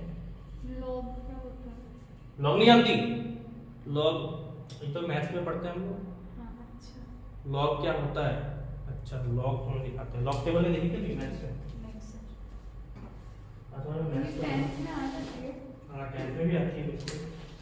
देखो ना, अब ये लॉग टेबल ही तो होती है सारी, वैल्यूज होती है, मतलब ये लॉग क्या होता है एक्चुअल में। सपोज कीजिए कि आपके पास मान लो कि किसी भी सब्सटेंस का कंसंट्रेशन का सॉल्यूशन बना है तुम्हारे पास, ठीक है। आपको ये पता लगाना है कि उसमें इसका अमाउंट कितना होगा। अमाउंट मतलब बहुत सॉल्यूशन के अंदर पानी की मात्रा ज्यादा होती है, सॉल्वेंट ज्यादा होता है, सॉल्यूट कम होता है, ठीक है। तो एक पर्टिकुलर सॉल्यूट का अमाउंट कितना है वो कैलकुलेट करना है आपको, किसमें, डिजिट्स के अंदर। तो लॉग टेबल हम लोग यूज करते हैं। अच्छा। मतलब एक बहुत बड़े सॉल्वेंट के अंदर, बहुत बड़े सॉल्यूशन के अंदर, मतलब बहुत बड़े अमाउंट के अंदर आपको छोटा सा अमाउंट फाइंड आउट करना होता है, तो उसके लिए लॉग काम में आता है, ठीक है। फिजिक्स में भी पढ़ते हैं लॉग अपन, है ना, तो सारा आएंगे तो उनसे ही पढ़ना पूछना लॉग क्या होता है ना। चलिए, तो ये फॉर्मूला बताया, इसे हम कहते हैं नॉन इक्वेशन। अब इसमें कौन सी चीज क्या है वो एक बार लिख लो। इसको अपन कहते हैं इलेक्ट्रोड पोटेंशियल एट एनटीपी। इसको हम कहते हैं स्टैंडर्ड इलेक्ट्रोड पोटेंशियल। एन का मतलब यहाँ पे होता है number of electron exchanged, electron भी आ गया इसके अंदर, ठीक है ना। ये आप जानते हो कंसंट्रेशन ऑफ एनोड, ये वैल्यू गिवन होती है, नहीं तो भी निकालना पड़ता है, ठीक है। कंसंट्रेशन ऑफ कैथोड, और ये जो वैल्यू गिवन है वो मतलब ये जो क्या क्या गिवन है, ये जो नंबर गिवन है वो क्या है? ये एक कांस्टेंट वैल्यू है। अच्छा। वो क्या ना कि भाई कैसे आया, तुमने कैसे लिखा, तो पूरा इसका वो डेरिवेशन है कि कैसे निकलता है ये, अच्छा। ठीक है। फाइनल फॉर्मूला ये है, तो हमें तो उससे मतलब नहीं है, वो तो आएगा भी, ये फॉर्मूला आएगा, सब क्वेश्चन आएंगे तो हम प्रैक्टिस करेंगे बाद और में। लॉग की भी कोई इक्वेशन होती होगी ना, हाँ बिल्कुल होती है, लॉग की वैल्यू होती है, सिखाऊंगा उसमें कैसे निकालते हैं। तो अगर आपने दोनों कॉन्सेंट्रेशन को रेशियो में लिया है और साथ में लॉग के साथ रिलेशन बता रहे हो, तो इसको अपन क्या बोलते हैं, इक्विलिब्रियम कांस्टेंट, इक्विलिब्रियम कांस्टेंट, जिसको हम लोग के से रिप्रेजेंट करते हैं। पास में आ रही, तो ये सब कुछ लिख लो, फिर आगे मूव करते हैं। तो ये फॉर्मूला देने के बाद में फिर साइंटिस्टों के आर्गुमेंट हुआ कि चलो ठीक है, आपने फॉर्मूला दिया, ठीक है, क्या यही फॉर्मूला है या फिर इसको अपन और मॉडिफाई कर सकते हैं, ठीक है। एक सवाल पूछा गया कि चलो ठीक है, आपने फॉर्मूला जो बनाया वो एनोड और कैथोड को ध्यान में रख के बनाया, लेकिन दोनों में इसको एक एब्सेंट हुआ, फिर क्या करोगे, फिर तो आपका फॉर्मूला काम पे ही नहीं रहा, है ना। ऐसे भी कंडीशन आ सकती है जिसके जब आपके पास एनोड और कैथोड दोनों में से कोई एक मिसिंग हो, तो नाश्ते बोला रुक जाओ, इसका भी इलाज हमने ढूंढ लिया, हमें पता था कि तुम लोग भी बैठे हो साथ में, ठीक है। तो तब ये बताया गया कि अगर मान लीजिए, पहले तो मैं आपको पहले का आंसर देता हूं कि भाई इसको हम लोग मॉडिफाई कर सकते कि नहीं कर सकते, तो उससे पहले उसका आंसर सुनो। तो जब उसका आंसर दिया गया, ये बताया गया कि इस फॉर्मूले के अंदर, इस फॉर्मूले को आप दोबारा से कैसे लिख सकते हो, ऐसे, that is E cell is equals to E not cell minus 0.0591 upon N log K C. हाँ, ऐसे आप लिख सकते हो, ठीक है। तो ये केसी क्या चीज है, तो ये कहा गया कि केसी जो होता है ना, केसी को हम लोग कहते हैं equilibrium constant at cathode at some अच्छा कंसंट्रेशन, जो सॉल्यूशन का होगा, ठीक है। और केसी को आप एक्सपेंड कर सकते हो concentration of product upon concentration of reactant, जी। रिएक्टेंट। अब कुछ उसके अंदर जड़ बुद्धि बैठे थे, बोले कि प्रोडक्ट रिएक्टेंट कहां से आया इसमें? अब हम तो पहले आयरन कैथोड की बात कर रहे थे, तो मास्टर बोला भाई रुक जाओ, तुम जैसों के लिए हमारे पास तोड़ है, एग्जांपल देखो। बोले कि आपने केल्विन सेल पढ़ा है? बोले कि हाँ पढ़ा है। तो जो टोटल रिएक्शन याद है? बोले याद है। कैसी थी वो? बोले कि ऐसी थी, Zn plus Cu2 plus gives out Zn2 plus Cu, यही था? बोले कि हाँ यही था। अब मुझे बात बताओ कि जो एरो होता है, तो एरो के सर के पास में क्या लिखते हैं? प्रोडक्ट लिखते हैं, और एरो के टेल के पास में क्या लिखते हैं? रिएक्टेंट। ये लिखते हैं ना। बोले कि आ गया ना प्रोडक्ट रिएक्टेंट? हाँ आ गया। ठीक है, तो यही चीज है कि आपको जब प्रोडक्ट लिख रहे हो तो आप जो राइट हैंड साइड में उसको ऊपर लिख दो, जो लेफ्ट हैंड साइड नीचे लिख दो। ठीक है, पूरा समझ में आ गया? समझ में आ गया। तो ये है केसी। आप फॉर्मूले को ऐसे छोटा भी कर सकते हो। ठीक है, ये आपके पहले सवाल का जवाब। ये आपको समझ में आ गया? बोले क्या आ गया? ठीक है ना। अब आपके दूसरे सवाल का जवाब। दूसरा सवाल क्या था? दूसरा सवाल था वो कि एक एनोड या कैथोड मिस हुआ। कोई एक मिस हुआ तो इन्होंने ये कहा कि चलो ठीक है, मान लेते हैं कि कोई एक चीज मिसिंग है। ठीक है, तो हम यहाँ पे कंडीशन डाल देते हैं। कंडीशन में डाला कि one of the electrode is missing. तब क्या करेंगे? है ना, तब इन्होंने कहा कि आपके पास एक ही तो मिसिंग है, दूसरा तो है ना भाई, दो तो मिस नहीं कर सकते, फिर इलेक्ट्रोकेमिस्ट्री खत्म। तो कोई एक तो है ना आपके पास में, तो जो पॉजिटिव है वो देखो। ये मत देखो कि जगह आधा खाली है, ये देखो जगह आधा भरा हुआ है, अभी कुछ लोग पानी पी सकते हैं। तो मतलब जो चीज मिसिंग है उसको भूल जाओ, जो चीज है उसको रखो। तो लगा अच्छा ठीक है, सपोज फॉर एग्जांपल कि जिंक और कॉपर में से केवल जिंक प्रेजेंट है, तो जिंक की रिएक्शन को लिखो कम से कम। जिंक क्या है? जिंक पे एनोड है, जिंक एनोड के लिए काम कर रहा है। अगर हम गैल्वेनिक सेल के रेफरेंस लेके बात करें तो ठीक है ना। तो Zn क्या करता है? तो इलेक्ट्रॉन निकालता है, तो निकालो 2+ 2 इलेक्ट्रॉन निकाल दिए। बोले कि जिंक जब इलेक्ट्रॉन निकाल रहा है तो प्रोडक्ट साइड पे कौन है? Zn2+, और रिएक्टिव साइड पे कौन है? Zn है। ठीक है ना। बट इस कंडीशन को यूज करने से पहले आपको जो मैं मेथड बता रहा हूं वो यूज करना है, जिससे आप नॉइस इक्वेशन इजीली निकाल पाओगे। बोले अच्छा क्या चीज है वो बताइए। तब बताया गया कि ऐसी कंडीशन में जो आपको फॉर्मूला यूज करना है वो फॉर्मूला आपको इस प्रकार से लिखना पड़ेगा। बोले किस प्रकार से? बोले देखो, और फॉर्मूला किस प्रकार से है कि अगर ये मिसिंग हुआ तो that is E cell equals to E not cell minus 0.0591 upon N log. ठीक है, ऊपर आपको लिखना है मेटल और नीचे आपको लिखना है मेटल आयन Mn+।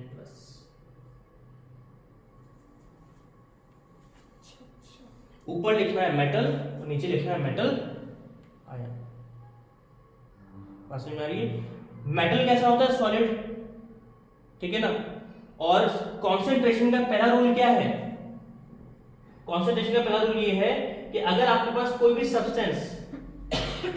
भी सब्सटेंस अगर सॉलिड फॉर्म में हो या फिर वो लिक्विड फॉर्म में हो, प्योर सॉलिड प्योर लिक्विड, तो उसका जो कंसंट्रेशन है, उसका जो m होता है वो हमेशा क्या होता है? 1m होता है। तो जहां पे भी सॉलिड लिखा हुआ है, लिक्विड लिखा हुआ है, वहां पे आपको 1 लिखना है। अच्छा। और जहां पे कुछ भी नहीं है वहां पे वैल्यू डाल देनी है जो दिया होगा। तो मतलब गिवन होती है इसकी वैल्यू तो सारी गिवन ही होगी आपको। अच्छा। अज्यूम तो करेंगे नहीं या फिर ऐसा करके बैठ जाएंगे आ जाए वैल्यू, है ना। तो गिवन ही होगी क्वेश्चन में, जो भी मैं लिख रहा हूं ना सब चीजें, ये n वगैरह ये सब गिवन होता है। आपको बस फॉर्मूला लगा के सॉल्व करना है, एक चीज अननोन होगी बस। ठीक है ना। तो अगर दोनों में से कोई इलेक्ट्रॉन नहीं कर सकते कुछ नहीं, सब गिवन होगा। ठीक है ना। तो क्या कह रहा था मैं, हाँ एक भी इलेक्ट्रॉन अगर मिसिंग हुआ तो आपको ये फॉर्मूला यूज करना है। सब कुछ प्रेजेंट है तो ये यूज करो। ठीक है, और क्या बोलते हैं इसको छोटा करना तो ये यूज कर लो। एक कोई इलेक्ट्रॉन मिसिंग है तो ये यूज कर लो। ठीक है ना। तो ये इन्होंने बताया। फिर एक क्वेश्चन फिर इन्होंने और पूछा, इनको विपक्ष वालों को बहुत होता है। ठीक है, तो तुम ये लिखो पहले। तो इतना कुछ एक्सप्लेन करने के बाद में नर्स से एक सवाल और पूछा गया एक बात बताइए कि आपने ये फॉर्मूला दिया, चलो मॉडिफिकेशन से, चलो ठीक है 2 मिनट के छोड़ो, आपका मेन फॉर्मूला तो यही है ना, बोले कि हाँ यही है। तो इसमें एक बात बताइए, हमने एक चीज पढ़ी है, आप क्या कर रहे हो, आप रिलेशन स्टैब्लिश कर रहे हो किसके बीच में, इलेक्ट्रॉन एक्सचेंज है कि E cell E not cell, concentration और इक्विलिब्रियम कांस्टेंट, है ना। किसी का मतलब क्या होता है, इक्विलिब्रियम कांस्टेंट ही होता है, इनके बीच में रिलेशन बता रहे हो आप। तो हमने तो एक चीज पढ़ी है कि कोई भी रिएक्शन अगर इक्विलिब्रियम में है, सुना ध्यान से, हमने क्या चीज पढ़ा है, हमने ये पढ़ा है कि अगर कोई भी रिएक्शन इक्विलिब्रियम में है तो उसका ई सेल हमेशा क्या होता है, 0 होता है। तो फिर आपका फॉर्मूला कैसे मॉडिफाई होगा, सच में ऐसे होता है। अगर कोई भी रिएक्शन इक्विलिब्रियम में है, इक्विलिब्रियम सिंबल क्या होता है, डबल एरो बनाते हैं उसको, तो उस केस में ई सेल हमेशा 0 होता है। फिर आपका फॉर्मूला कैसे काम, अगर ये 0 हो गया सब कुछ 0 हो गया, लेकिन वही रुक जाओ मूर्खों, अगर ई सेल 0 हुआ तो फॉर्मूला तो आराम से मॉडिफाई हो सकता है। बोले कैसे कैसे कैसे बताओ, तो फिर बताया गया उसको, कैसे बताया गया उसको, मॉडिफाई किया गया। मतलब जो इसके बाद जो कंडीशन आई वो कंडीशन उसको मिटा देना अपन। जी सर।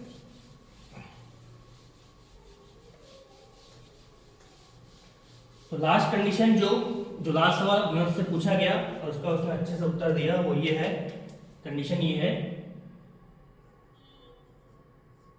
कि इफ ई सेल इज 0, और कब होगा, व्हेन रिएक्शन इज इन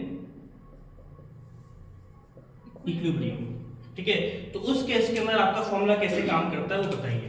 तो ये कहा गया कि मेरा फॉर्मूला ये है, आप कह रहे हो कि ये ई सेल 0 होता है, तो यहाँ पे 0 लिखो, 0 is equals to E not cell minus 0.0591 upon n log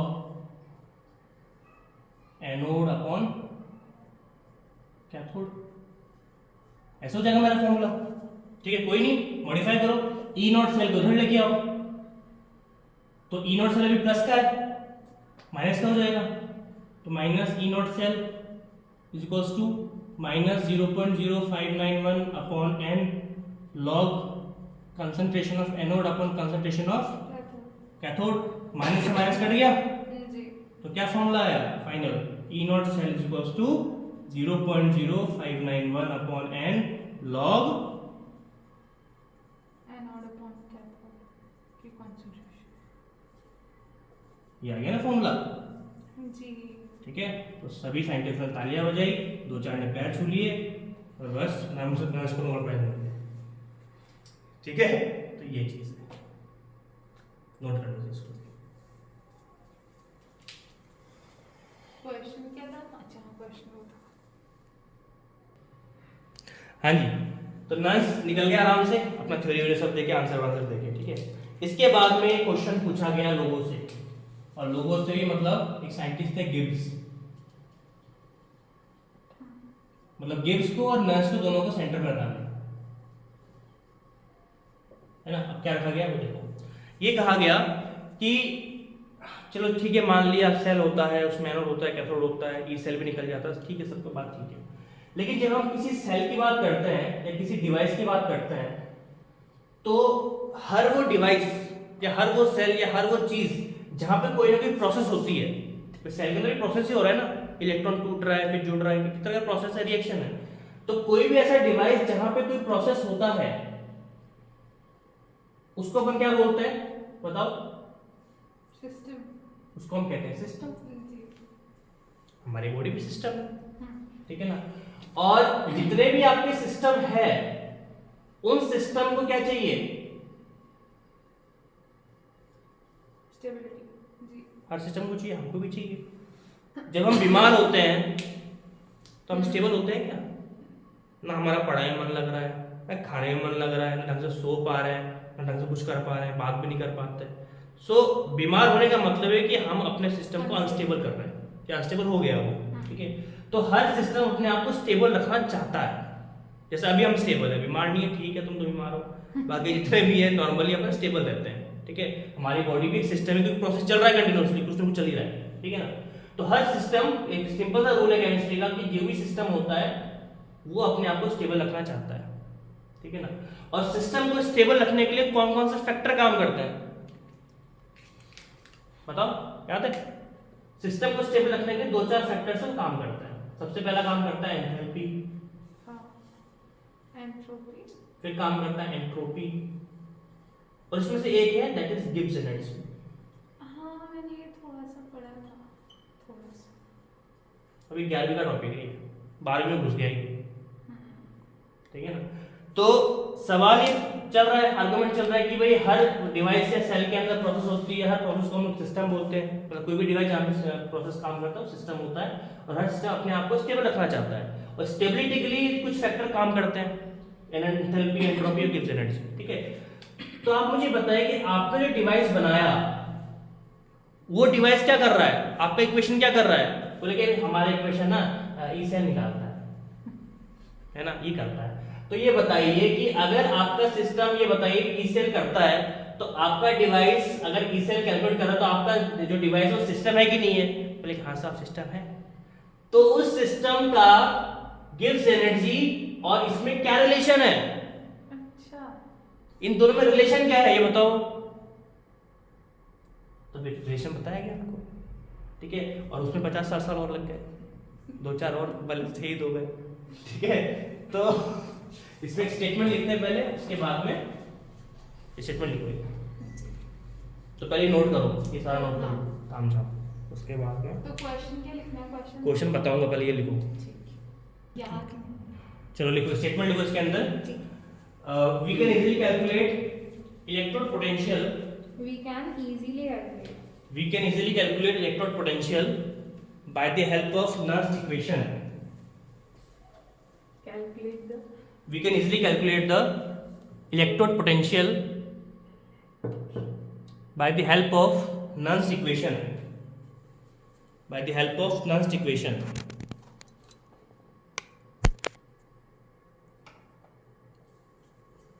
But what is the difference between? But what is the difference between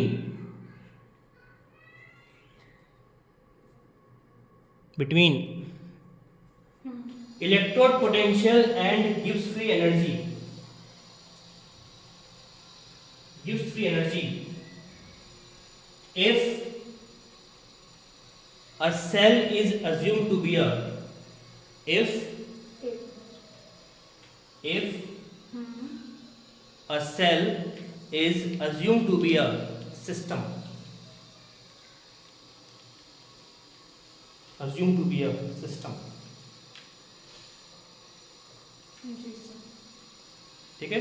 ये स्टेटमेंट उसको एक्सप्लेन करेंगे, लेकिन उससे पहले बताओ गिब्स एनर्जी होती क्या है? What is Gibbs energy? Sir मुझे याद नहीं है? अच्छा चलो ठीक है। अब बस एक चीज चलो अज्यूम करते हैं, हम लोग भी अज्यूम करते हैं। मान लेते हैं कि तुम्हारे पास 100 करोड़ रुपए है, मान लिया, मान लो तुम्हारे पास 100 करोड़ रुपए है, और तुम जो है सॉफ्ट हार्टेड हो, मान लो दान धर्म में विश्वास करती हो, ठीक है। इसको दे दिया, उसको दे दिया, चैरिटी वगैरह, ठीक है ना। अब तुम्हें एक चीज पता है, मतलब तुमने काफी कमा लिया, अपनी वेल्थ जनरेट कर ली। अब तुम्हें कुछ सालों के बाद रियलाइज हुआ कि यार मरेंगे तो पैसा कहीं नहीं जाएगा, साथ में जाएगा, नहीं रह जाएगा, आत्मा निकल जाएगी, शरीर जल जाएगा। तो क्यों ना इस पैसों को यूटिलाइज किया जाए दूसरों के, है ना, दूसरा का जो कुछ भी अगर हो सके तो अपन करते हैं, हमारा तो हो चुका। तो ये तुमको सेल्फ रिलेशन हुआ। तो फिर तुमने क्या किया? फिर मैं काम को, जब तक मैं जिंदा हूं तब तक मैं अपने लिए अपनी पूरी वेल्थ में से थोड़ा सा निकाल लेती हूँ, ताकि मैं अपने खर्चे निकाल सकूँ ना। पूरे कर दिया फिर घूम रहे लोगों से मांगते फिर रहे, क्या मतलब? फिर कमाने का मतलब क्या हुआ? तो अपन ने क्या किया, अपना थोड़ा सा अमाउंट, कुछ प्रतिशत हमने अपनी वेल्थ का अपने पास रखा, और बाकी हमने दूसरों को दान कर दिया, ठीक है। तो अज्यूम करते हैं कि अगर तुम्हारे पास 100 करोड़ है, तो उसमें से तुमने अपने पास केवल 1 करोड़ रखे, और बाकी 99 करोड़ तुमने डोनेट कर दिए किसी चैरिटी में, चाहे चाइल्ड एजुकेशन हो, या फिर क्या बोलते हैं वुमेन एजुकेशन हो, कुछ भी हो, आपने डोनेट कर दिए, ठीक है। अब ये आपने 1 करोड़ रखे अपने लिए, ठीक है। क्यों रखे ये आपने? ताकि आप अपनी सर्वाइवल को इंश्योर कर सको जब तक आप जीवित हो या जब तक आप जिंदा रहना चाहते हो। चलो क्या भरोसा कूद जाए कोई, है ना, खत्म हो जाए, है ना। तो जब तक आप जिंदा हो, अपने आप को सर्वाइव करना चाहते हो, अपनी जरूरतें पूरी करना चाहते हो, खाना पीना तो चाहिए ही चाहिए, पेट थोड़ी मानेगा कुछ भी हो हमें तो खाना चाहिए, बॉडी को एनर्जी चाहिए, तो उसके लिए आपने अपने लिए थोड़ा अपने पास थोड़ी सा पैसा रख लिया। तो आप, हमारी बॉडी में सिस्टम ही है ना, हमने अपने सिस्टम को सर्वाइव करवाने के लिए इतनी एनर्जी बचा ली, हाँ। इसे कहते हैं गिब्स एनर्जी। अच्छा। किसी भी सिस्टम के सर्वाइवल के लिए एक मिनिमम अमाउंट ऑफ एनर्जी चाहिए, and that amount of energy is called Gibbs energy. तो ये आपकी गिब्स एनर्जी है, बात समझ में आ रही है। तो ये चीज आपको मालूम होनी चाहिए कि ऐसा सबसे मिनिमम अमाउंट ऑफ एनर्जी किसी भी सिस्टम की जो उसके सर्वाइवल में हेल्प करती है, उसके सर्वाइवल की आपको स्टेबिलिटी को मेंटेन करती है, इंश्योर करती है, उसे कहते हैं उसकी गिब्स एनर्जी। क्लियर हो गई बात। अब गिब्स एनर्जी का इससे क्या रिलेशन है वो अपन देखते हैं।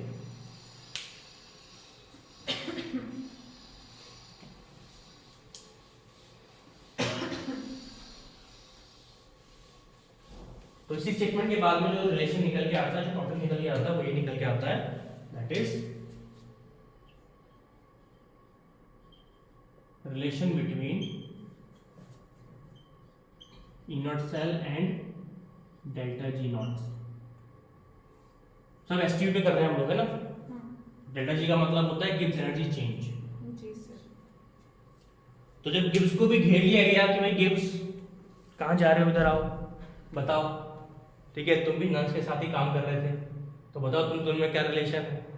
ठीक है, बोले कि हमारा रिलेशन थ्योरी के अंदर है, मैंने काम किया है सिस्टम पर, सिस्टम के बारे में मैंने अच्छे से रिसर्च करी है, और नर्स ने काम किया है सेल के इलेक्ट्रॉन पोटेंशियल पर। ठीक है, और चूंकि आप लोगों ने ये बात इंश्योर कर दी है कि एक सेल का डिवाइस में सिस्टम होता है, तो ऑब्वियस सी बात है आप लोग घूम फिर के मेरे पास आओगे, ठीक है ना। तो इसका जुगाड़ मैंने कर लिया है, और जुगाड़ ये है कि डेल्टा जी नॉट और ई नॉट सेल में रिलेशन हम लोग इस प्रकार से लिखते हैं। किस प्रकार से, that is delta G not is always equals to minus n into F into E not cell. ये रिलेशन होता है डेल्टा जी नॉट पे और ई नॉट सेल में। वही पूछा सबने, तो दुनिया ने ये पूछा, तो बोले कि रुको अभी बता रहे। ठीक है, तो डेल्टा जी नॉट का मतलब होता है चेंज ऑफ गिब्स एनर्जी कब, एसटीपी। ई नॉट सेल का मतलब स्टैंडर्ड इलेक्ट्रोड पोटेंशियल। एफ का मतलब होता है फैराडेज कांस्टेंट, और 1 फैराडे किसके बराबर होता है, 96500 कूलम के। फैराडे को भी कंसीडर किया इसमें। ठीक है, और एन का मतलब वही नंबर ऑफ इलेक्ट्रॉन एक्सचेंज। ठीक है, तो सारा कुछ नोट करो, ये होता है रिलेशन ई नॉट सेल और डेल्टा जी नॉट। आज हाँ क्या, बोलो बोलो। फिजिक्स की क्लास 2 बजे कितने ड्यूरेशन की होगी? 1 घंटे की, एक बज रहे ना अभी, 1 घंटे का। क्या घर जाना है तुम्हें? नहीं। क्या थक तो गई तो खाना खा के आ जाओ। हाँ वो खा के आ जाऊंगी मैं 9:30, मतलब 1:30। चलो एक कंडीशन पढ़ लेते हैं, फिर घर जाके खाना वाना खा के आओ। चलो कंडीशन ये है अपनी,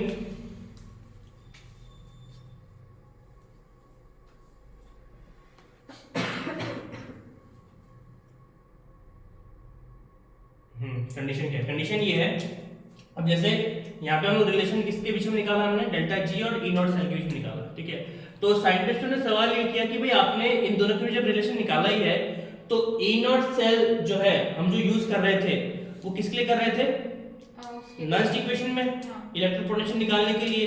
तो अगर आपने गिब्स एनर्जी का रिलेशन ई सेल से निकाला है, तो इक्विलिब्रियम कांस्टेंट भी निकालो, क्योंकि ये सारी चीज कहां पे हो रही है, सेल के अंदर ही तो हो रही है ना। और सेल कैसा इक्विलिब्रियम के अंदर स्टेबल हो जाता है, एनोड कैथोड में इलेक्ट्रॉन एक्सचेंज हो रहा है, तो तो अगर आपने इन दोनों के बीच में निकाला है तो आप एक काम करो, आप हमें ये भी बताओ कि डेल्टा क्या बोलते हैं चेंज ऑफ गिव्स एनर्जी का इक्विलिब्रियम कांस्टेंट से क्या रिलेशन है, ठीक है ना। सो यहाँ पे आपको लिखना है if delta G not is related to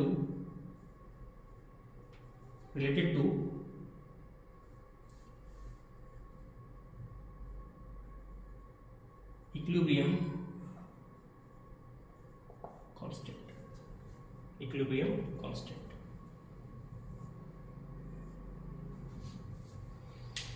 तो अगर रिलेशन है तो कैसे निकालेंगे वो देखिए आप।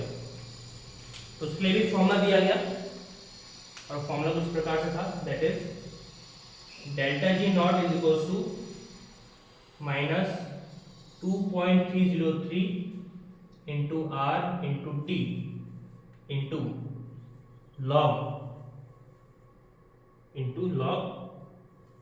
केसी।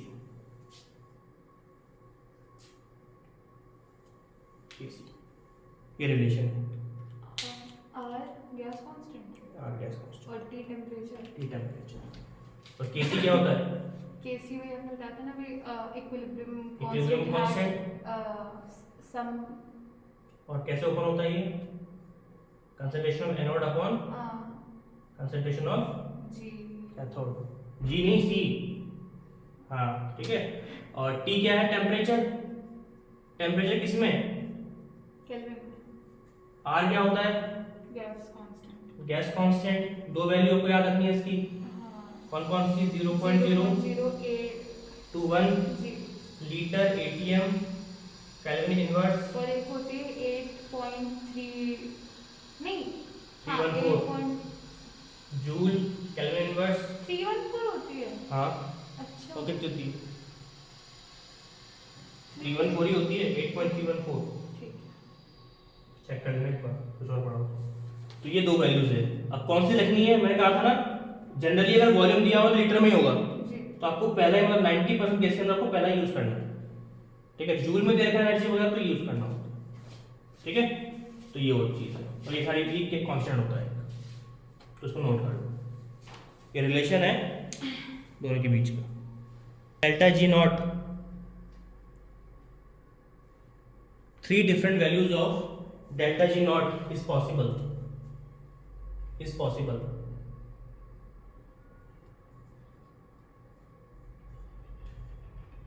ठीक है।